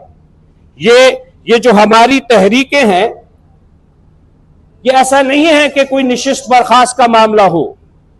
इसका आगे का रास्ता भी जो है वो वाज़े और साफ होना चाहिए। अवामी नेशनल पार्टी ने अपनी तफसीली सिफारिशात जो हैं वो मुस्तफ़ा नवाज साहब को भिजवा दी हैं। इसके अलावा यह नुक्ता जरूरी है कि आईन पाकिस्तान के साथ हमारी सियासी जमातों का कमिटमेंट क्या है। तहरीक इंसाफ के दोस्तों को गौर करना चाहिए, आज भी इनके मंशूर में बराह रास्त वजीर आजम के मुंतखब करने का नुक्ता शामिल है। यह वही नुक्ता है जो इस मुल्क में सदारती निजाम के मुतबादिल के तौर पर आया है। इस पर भी गौर करना चाहिए हमारे दोस्तों को। दूसरी बात यह है कि जो इंसानी हुकूक की खिलाफवर्जियां हैं, 50 बरस हो गए जब इस खित्ते में यह बैरूनी लड़ाई आई है। अवामी नेशनल पार्टी तो हमेशा उन तमाम कुव्वतों का बरमला नाम भी लेती रही कि यहां की मिलिट्री एस्टेब्लिशमेंट और उनके बैरूनी वो आका जो इंपीरियलिस्ट हैं, जो न्यू कॉलोनियलिस्ट हैं, और वो उनके मफादात के तहफ़्फ़ुज़ के लिए ये सारी चीजें होती हैं। हम तो वहीं पे खड़े हैं। लेकिन क्या वो लोग जो आज इस प्लेटफॉर्म पे एक नुक्ते पे बात करते हैं, वो उन तमाम बातों से रजू करेंगे जो माजी में वो करते थे? यहां पर मोहसिन दावर साहब तशरीफ लाए, वो बैठे थे, वो जब इंसानी हुकूक की खिलाफवर्जी की बात करते थे तो उनका स्पीकर जो है, उनका माइक जो है, वो स्पीकर साहब ऑफ कर देते थे। हमें माजी और हाल के मामलात को उन्हें अपना अल्लामा नासिर साहब ने कहा कि गड़े मुर्दे नहीं उकेड़ने चाहिए, बिल्कुल नहीं उकेड़ने चाहिए, लेकिन आगे जाने के लिए जिस तरह रईसानी साहब ने ट्रूथ एंड रिकंसिलिएशन की बात की, हमें अपनी गलतियों को तस्लीम करते हुए आगे बढ़ना होगा। हम ये कहेंगे कि खड़ कमर पर जब पाकिस्तान की सियासी और जमहूरी तारीख में एक दफा फिर स्याह दिन के तौर पर याद रखा जाएगा कि जिस दिन कौमी असेंबली में अपोजिशन लीडर, सेनेट में अपोजिशन लीडर, पंजाब असेंबली में अपोजिशन लीडर, एक ही दिन में तीनों को सजा सुना दी गई और साथ ही साथ उनके लातादाद MNAs, sitting members of the parliament, MPAs, Tehreek Insaf के दर्जनों के हिसाब से वर्कर्स, 150 के करीब लोगों को आज इस सो कॉल्ड एक जमहूरी फसाद रखने वाली हुकूमत के दौर में ये सजाएं सुनाई गई। तो इसको कंडेम करने के लिए, क्योंकि ये खबर दौरान हमारी इजलास जब जारी था तो उसके दौरान ही खबर आई, फिर हमारे जो PTI के काबरीन थे उन्होंने इसके ऊपर अपना इज़हार ख्याल भी यहाँ पर किया, तो हमने ये मुनासिब समझा कि इस स्याह दिन के हवाले से एक मुख्तसरन एक रेजोल्यूशन तैयार की जाए और अगर तमाम जमातें उसकी मंजूरी दें तो फिर उसको इस प्लेटफॉर्म से पास किया जाए। वो रेजोल्यूशन आपकी आगाही के लिए मैं पढ़कर सुना देता हूं। तहरीक तहफ़्फ़ुज़ आईन के ज़ेरे एहतमाम कुल जमाती कॉन्फ्रेंस जारी थी कि दौरान कॉन्फ्रेंस खबर आई कि मुतअद्दिद तहरीक इंसाफ के कौमी असेंबली के मेंबरान, अरकान सेनेट, मेंबरान सूबाई असेंबली और सैकड़ों कारकुनों को थोक के हिसाब से कैंगरू कोर्ट्स ने सजा सुना दी। आज का दिन पाकिस्तान की सियासी और जमहूरी तारीख में एक स्याह दिन है कि एक ही रोज में अपोजिशन लीडर, कौमी असेंबली, सेनेट और पंजाब असेंबलियों को दिहाइयों पर मुहित सजा सुना दी गई। इससे यह बात एक दफा फिर वाज़ेह होती है कि एस्टैब्लिशमेंट की बैसाखियों पर खड़ी हुकूमत और यह हाइब्रिड निज़ाम मुल्क में अपोजिशन का मुकम्मल खात्मा चाहते हैं और ये मुल्क को मुकम्मल तौर पर ऐसे निज़ाम में बदलना चाहते हैं जहां पर हिज़्ब इख्तलाफ का सिरे से वजूद ही ना हो। हम चीफ जस्टिस ऑफ पाकिस्तान से भी अपील करते हैं कि ये फैसले पाकिस्तान के निज़ाम अदल पर सवाल हैं। इदारे की तज़हीर और इसकी आज़ादी आप ही की जिम्मेदारी है। हम कैंगरू कोर्ट्स के फैसलों को मुकम्मल तौर पर मुस्तरद करते हैं और इनकी मजम्मत करते हैं। अगर ये हाउस इजाज़त दे और सब अकाबरीन जो यहाँ पर मौजूद हैं तो इस रेजोल्यूशन को पास करके ये एलामिया प्रेस को जारी कर दिया जाए।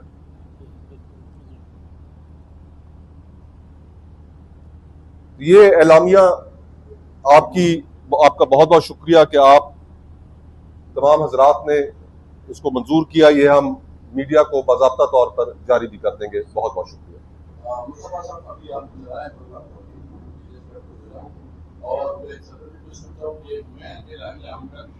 का फैसला करके पाकिस्तान का हिस्सा बने, लेकिन बदकिस्मती से आज पाकिस्तान के अंदर जो सूरत हाल जारी और सारी है, अभी जैसे कि मुस्तफ़ा नवाज खोखर साहब ने तफसील के साथ बताया कि पाकिस्तान तहरीक इंसाफ के 108 जो मेंबरान सूबाई और कौमी असम्बली के और सेनेट के, उनको जो है वो सज़ाएं सुना दी गई हैं और अगला एजेंडा उनका यही है कि इनको नाअहल करके ये जो मौकरी जो अवामी मैंडेट है, जो पार्लियामेंट है, जिसको एक मौकरी की शक्ल दे दी गई है, उसे मज़ीद उनमें जो ताकतवर लोग हैं वो नहीं चाहते कि यहाँ उनके इन इक़दामात को कोई भी चैलेंज करे या उनके खिलाफ कोई भी आवाज़ उठाए। तो हम बड़े ही अदब के साथ और बड़े ही एहतराम के साथ आज भी अपने इस आइन और कानून के रास्ते के ऊपर चलते हुए उनसे भी ये अपील करेंगे। हम पाकिस्तान आर्मी से ये अपील करेंगे कि आप अपने आइनी हदूद के अंदर चले जाइए। आपका जो आइनी इख्तियार है, आपका जो आइनी किरदार है, आप उसके अंदर रहेंगे तो आप अवाम के अंदर अपने लिए इज्जत और मुकाम पाएंगे।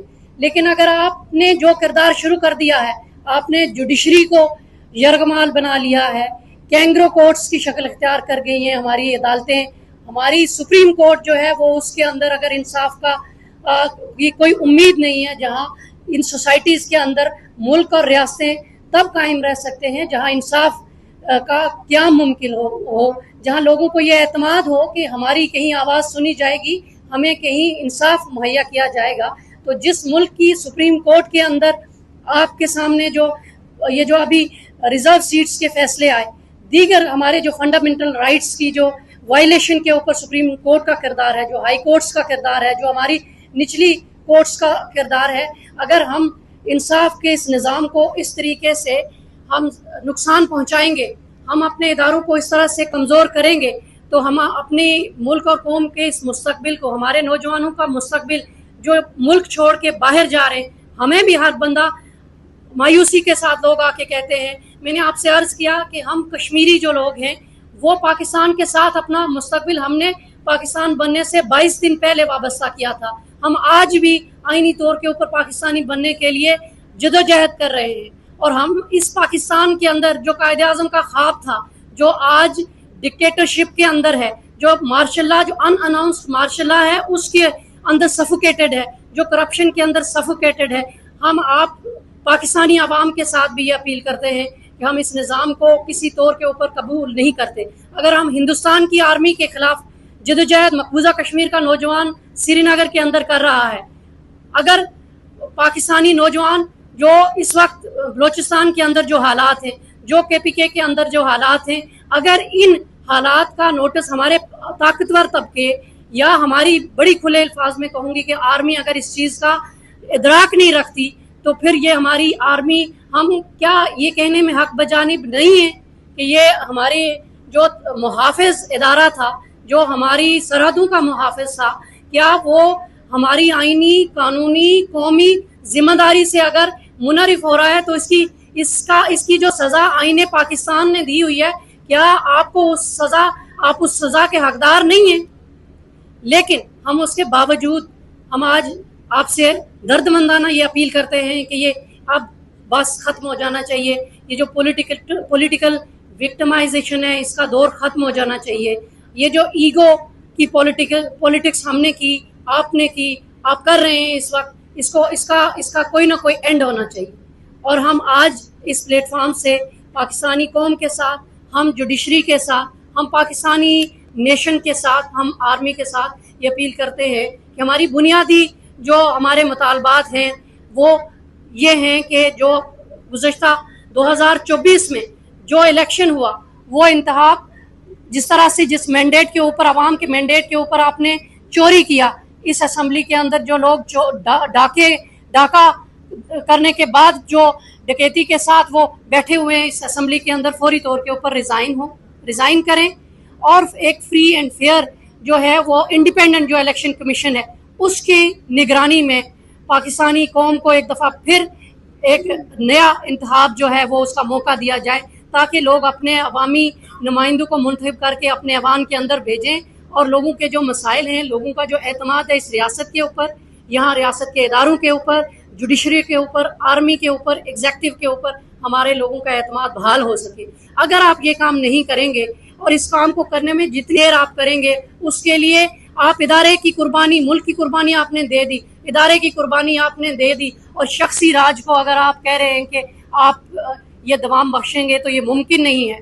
मैं आप सब शुरका का एक दफ़ा तहे दिल से आज शुक्रिया अदा करने के साथ साथ ये आप सबसे उम्मीद रखती हूँ कि आज की ये जो कॉन्फ्रेंस है, APC है, ये ऐसा नहीं है कि आज हम तमाम मसाइल का हल करके जा रहे हैं, लेकिन ये एक बेहतरी की तरफ एक कदम है और इसमें तसलसल रहना चाहिए और उस वक्त तक ये जारी रहनी चाहिए जब तक कि पाकिस्तान के अंदर एक हकीकी मानों में जमहूरियत कायम नहीं हो जाती, आज़ाद अदलिया का क़याम नहीं हो जाता, जब तक कि आइन की सुप्रीमेसी बहाल नहीं हो जाती, हम ये जदोजहद जारी रखेंगे। और मैं अपने आज़ाद कश्मीर के अवाम के बिहाफ के ऊपर, मैं अपनी सियासी जमात जम्मू कश्मीर डेमोक्रेटिक पार्टी की बिहाफ के ऊपर आपसे ये बिल्कुल एक कमिटमेंट करके जाती हूँ कि हम आपके शाना बिशाना खड़े होंगे। आप इस जदोजहद में पाकिस्तान को सही मानों में जमहूरियत की पटड़ी के ऊपर डालेंगे तो हम आपके शाना बिशाना होंगे।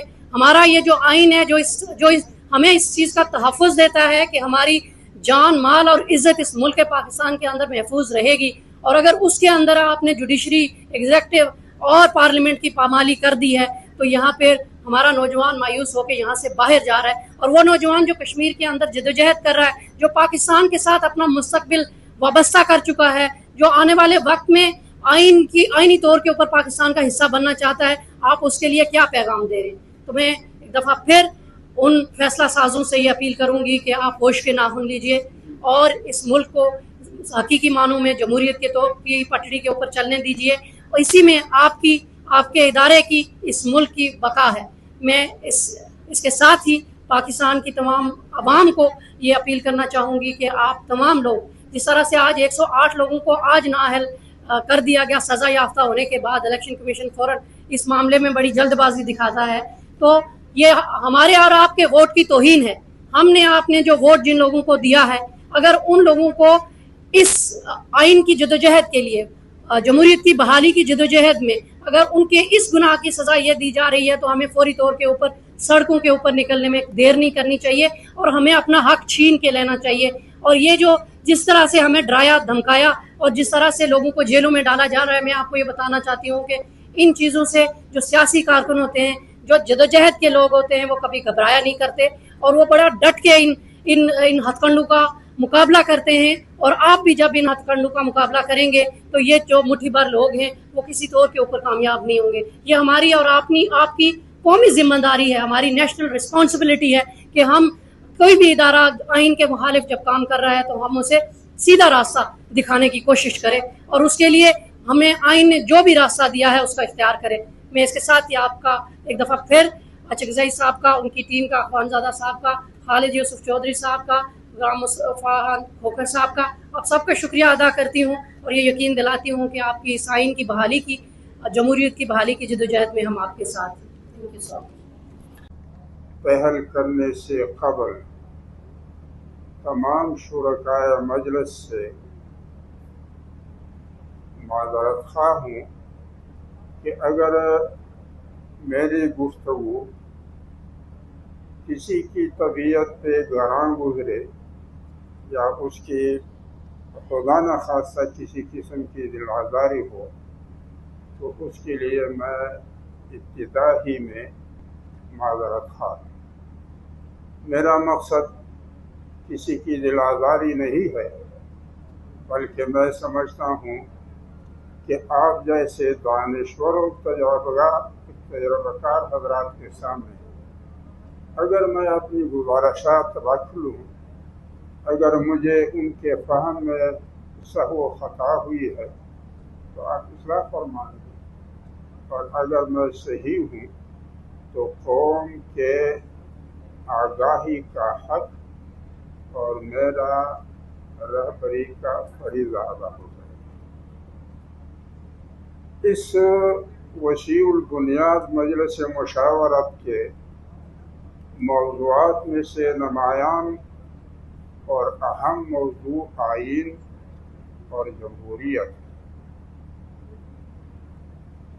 आइन के सरवरक या टाइटल पर नमायान अल्फाज तीन है: इस्लामी जमहूरिया पाकिस्तान, जिसका मफहूम ये निकलता है कि ज़मीन का वो खित्ता जो पाकिस्तान के नाम व उन्वान से पहचाना जाता है, इसके बाशिंदों का इनफरादी और इज्तिमाई ज़िंदगी के लिए बुनियादी मफ़कूरा खुदा परस्ती है। और आइन के इस लफ्ज़ के लिए आइन में एक इदारा है, इस्लामी नज़रियाती काउंसिल, जिसके बारे में कहा यह जाता है कि ये इस्लामी तर्ज़ क़ानून साज़ी के लिए रहनुमाई का फरीज़ा अदा करेगा। मौजूद क़वानीन को कुरान और सुन्नत में मुनज़्ज़बत अहकाम के मुताबिक बनाया जाएगा और आइंदा के लिए क़ानून साज़ी कुरान और सुन्नत में मुनज़्ज़बत अहकाम के मुनाफी नहीं होगा। मगर शायद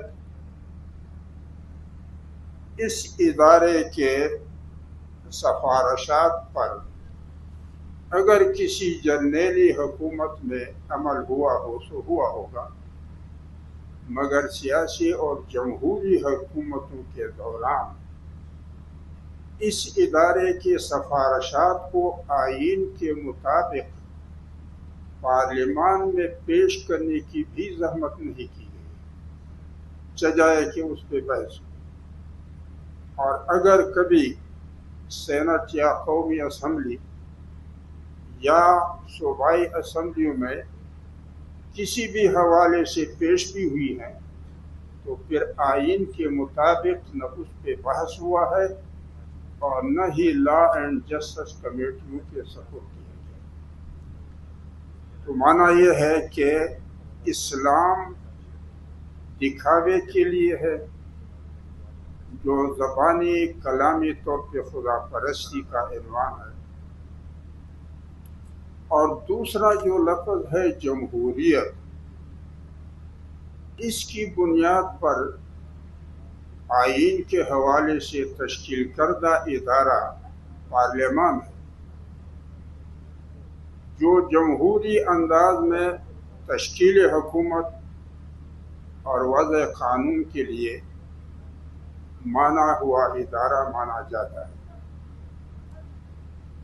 लिहाजा यहाँ कानून साजी जो होती है वो पार्लियामान के अंदर मौजूद अरकान के अददी अक्सरियत की बुनियाद पर होती है, न तो इस्लामी नज़रियाती काउंसिल के सिफारिशात पेश करने और उन पर कानून साजी के मैदान में अमल करने की ज़हमत की जाती है, और अगर पार्लियामान के अंदर हवा परस्ती के बजाय खुदा परस्ती के में हक में आते हैं तो फिर ये कुव्वतें उन नताइज पर पूरे तौर पे पानी फेर देते हैं, जैसा कि माजी के हालात से आपके सामने भी हैं और आप आगाह भी हैं। और दूसरी बात ये कि खुदा परस्त दुनिया, जिसको हम मुस्लिम दुनिया कहते हैं और या उम्मत मुस्लिमा कहते हैं, ये मफ्तूह दुनिया है, मफ्तूह उम्मत है। ये फातेह दुनिया नहीं है और फातेह उम्मत नहीं है। लिहाजा ये महकूम दुनिया है, महकूम उम्मत है, हाकिम नहीं है। और ये आज़ाद उम्मत और आज़ाद दुनिया नहीं है, बल्कि मजबूर दुनिया है और मुसख्खर दुनिया। लिहाजा खुदा परस्त दुनिया में जहाँ कहीं भी अगर इलेक्शन और जमहूरियत के नताइज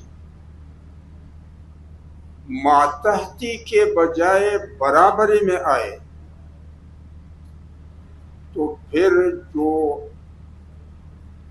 आका हाकिम है या जो फातिह कौम और जिसके हिस्से में कोई एक खित्ता आया हुआ है, तो वो फिर इस बराबरी के नताइज को कबूल नहीं करता या उस पर भी पानी फेर देता। तो लिहाजा आईन हो या जमहूरियत, खुदा परस्त दुनिया में या बअल्फाज़ दीगर मुस्लिम दुनिया और मुस्लिम उम्मा में इंसानी यकसुई के बजाय हैवानी दोगलेपन को फरोग देता है। और आपको बखूबी इल्म है कि जब कौमों की इज्तिमाई खसलत दोगलेपन की हो, तो उसके कमज़ोर लोग खौफ और लालच की इताअत में रहते हैं और उनके ताकतवर लोग जबर और जुल्म को अपना हक समझते हैं। इसीलिए नबी सल्लल्लाहु अलैहि वसल्लम ने फरमाया है, आमालुकुम उमालुकुम, तुम्हारा कौमी किरदार तुम पे हुक्मरान होगा। अगर तुम्हारे कौमी किरदार में यकसुई है, ज़बान और दिल का, कौल और अमल का, सामने और पीठ पीछे का, आज और आने वाले कल का, अपने और दूसरों के लिए पसंद के फिक्र किरदार का रास्ता सीधा और एक है, तो फिर आपके हुक्मरान भी यकसू और खैरख्वाह। और अगर आपका कौमी किरदार दोगला है, तो फिर आपके हुक्मरान जाबिर और जालिम। लिहाजा जहाँ तक इस मजलिस मुशावरत के दो बुनियादी मौज़ूआत हैं, अगर आप हज़रात मुनासिब समझें और ये गुज़ारिशात आपको उससे इत्तिफाक फरमाते हैं, तो फिर भी देखें, नहीं है तो भी देखें। तीन बातें ऐसी हैं कि हाँ, उसमें इस्लाह की ज़रूरत है। ये जो हम कौम से कहते हैं कि हम आज़ाद हैं, मेरे ख्याल में ये बात ज़बानी हद तक तो हम करें कोई कदम तो नहीं है, लेकिन आज़ादी किस चीज़ की? क्या हम मगरबी अक़वाम के हाथों मफ्तूह नहीं है? क्या हम फातिह मगरबी अक़वाम के दरमियान तकसीम नहीं है? हर एक का हिस्सा और हर एक का खित्ता मुतय्यन नहीं है? क्या जो खित्ता जिस मगरबी फातिह कौम के हिस्से में आया है, वो फातिह कौम उस खित्ते का अपने आप को मालिक और हाकिम में अमल करने की ज़हमत की जाती है। और अगर पार्लियामान के अंदर कोई शख्स या किसी भी जमात के अरकान किसी भी मौजू जो ज़ेर बहस हो या कानून, उसके बारे में दस्यों आयतें या रिवायतें भी पेश करें, लेकिन फैसला जब होगा तो हाउस के अंदर मौजूद अरकान की आददी अक्सरियत की बुनियाद पे होगा। लिहाजा हमारा जो आईन है उसमें इस्लाम दिखावे का और जमहूरियत काम निकालने का है। तो आप खुद वो जो एक मसल मशहूर है कि हाथी के खाने के और दिखाने के और, गालिबन यही मसल शायद हमारे आइन पे सादिक आती होगी। लिहाजा हमारा आइन हमसे यकसू इंसान बनाने के बजाय हमसे दोगले इंसान और यकसू कौम के बजाय दोगला कौम हमसे बनाती। और फिर जब जो राइजुल वक्त बैनुल अक़वामी सतह पर जमहूरियत है, उसके दो नमूने हैं। बरतानिया में शाही ख़ानदान के वजूद की वजह से बरतानवी कौम का शाही ख़ानदान के अफराद पर एतमाद भी है और उसके लिए एहतराम भी है। लिहाजा रियासत की सरबराही ख़ानदान के किसी फ़र्द के सपुर्द होती है और इंतज़ामी हवाले से वज़ीर आज़म होता है। लेकिन हमारे यहाँ शाही ख़ानदान का वजूद अभी तक नहीं है, शायद बाद में बन जाए लेकिन अब तक नहीं है।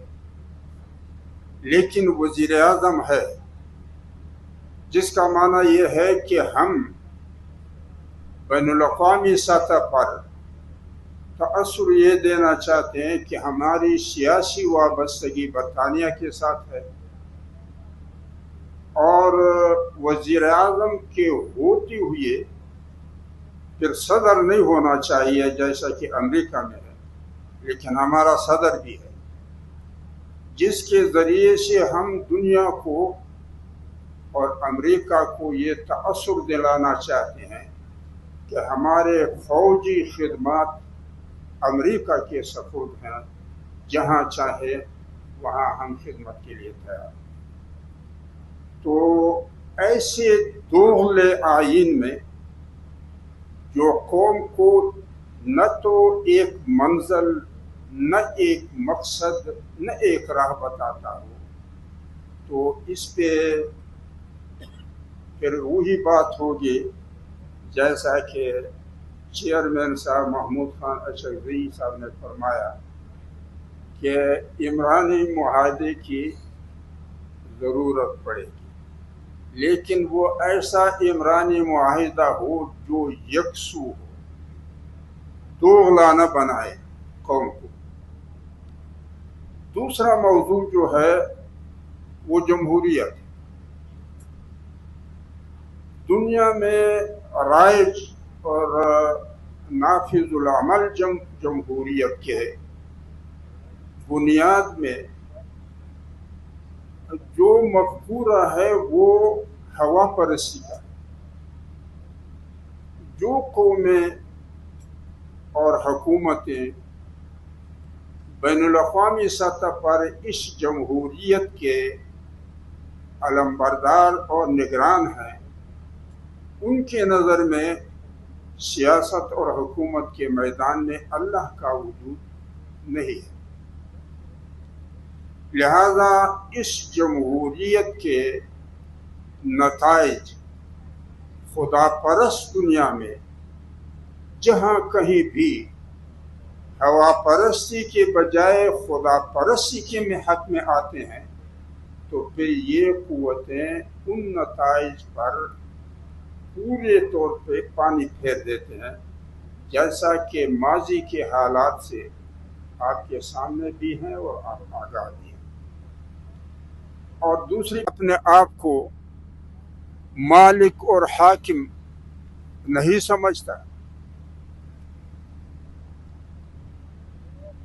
तो हमें चाहिए कि हम कौम को ये नबी सुनाने के बजाय कि हम आज़ाद हैं, अगर हम उसको हकीकी सूरत हाल से आगाह करें तो हक़ाइक़ के तस्लीम से मुस्तक़बिल के रास्ते खुल जाते हैं।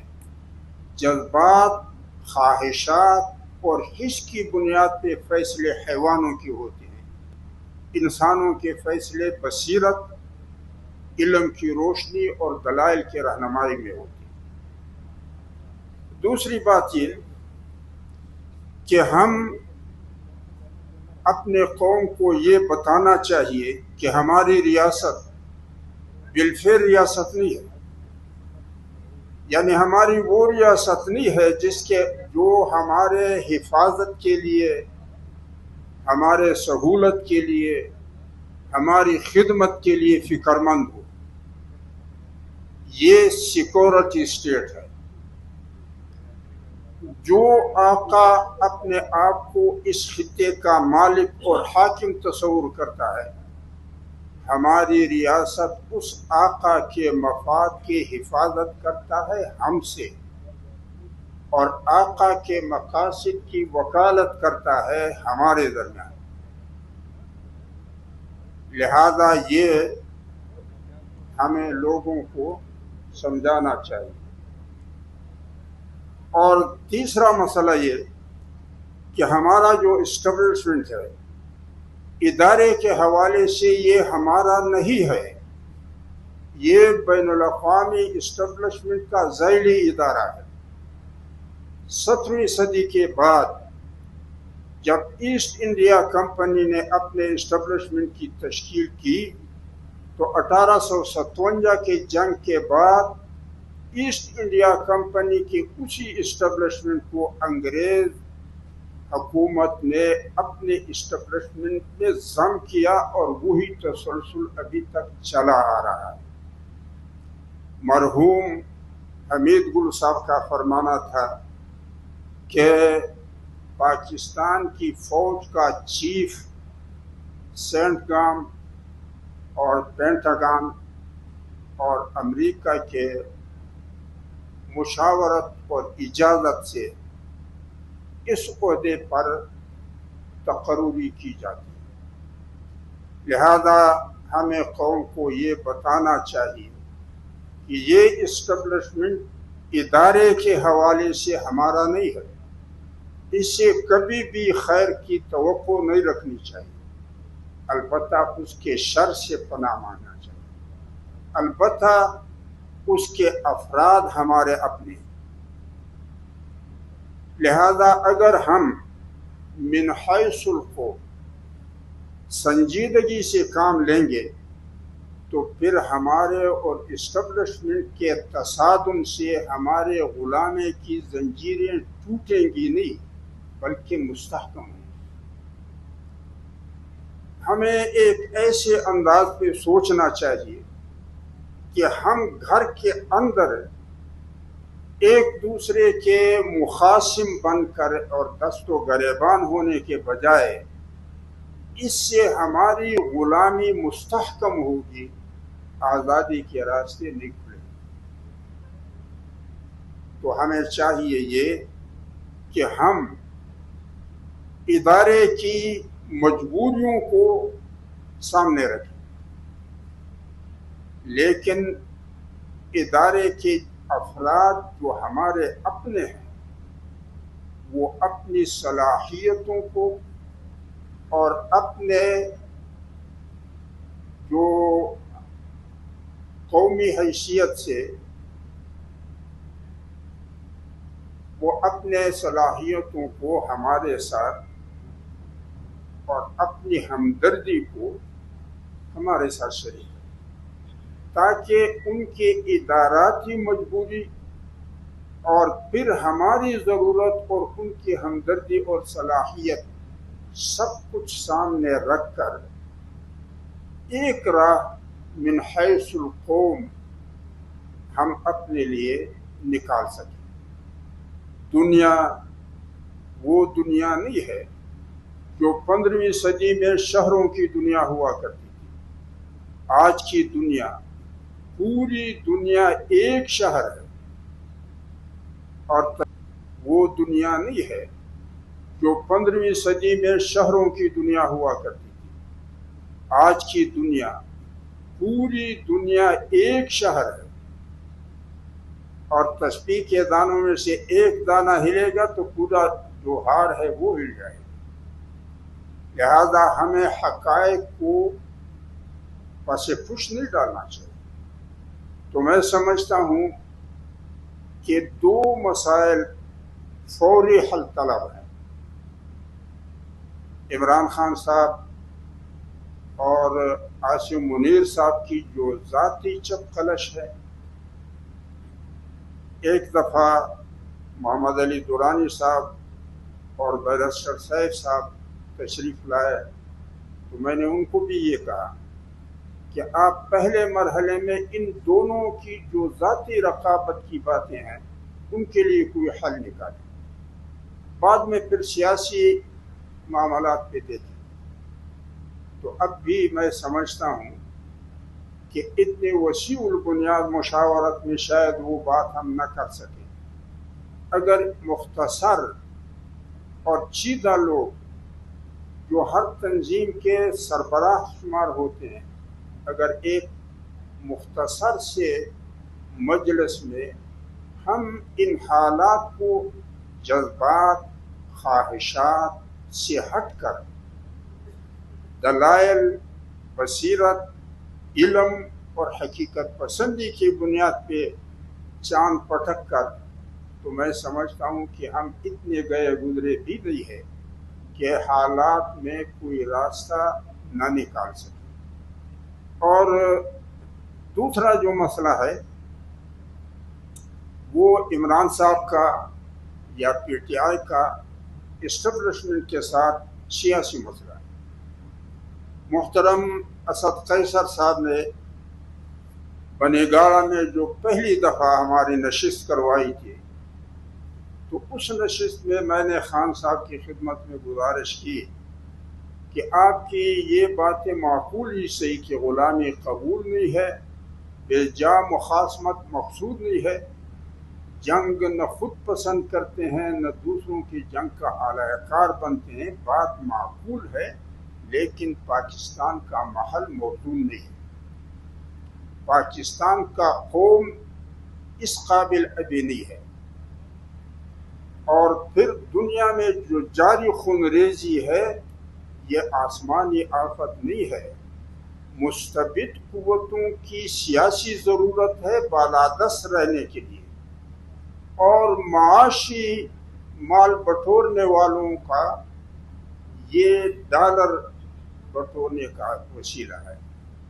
तो अगर आपके इस मौक़िफ़ से जो बैनुल-अक़वामी सतह के मुस्तबिद कुव्वतों की चाहत है कि दुनिया के असरे नौ नए नक्शे मुरतब किए जाएं, तो अगर नए नक्शों के लिए पाकिस्तान की सरजमीन भी उसी मकसद में मुआविन साबित हो तो फिर तो हमारा फ़ायदा नहीं होगा। तो इसलिए मैं समझता हूँ कि एक मुख्तसर और संजीदा साथियों की एक नशिस्त अगर हजरात मुनासिब समझें, ताकि हम जो फौरी ज़रूरत है दो अशख़ास के बाहमी रकाबत के हल का या इमरान और पीटीआई के इस्टेब्लिशमेंट के साथ सियासी हल का, इस पे गौर करें। और दूसरी बात यह है कि हम दुनिया में है, हम दुनिया में है, दुनिया हम में नहीं है। लिहाजा हमें चाहिए कि एक ऐसा रास्ता उस मजलिस में तलाश करें जो हमारे लिए बेहतरी का रास्ता हो, बजाय इसके कि एक दूसरे के गले पड़ जाएं, और फिर कौम को असली हकीकत से आगाह करें और ख्यालात के भूल भलियों में उनको न चलाएं।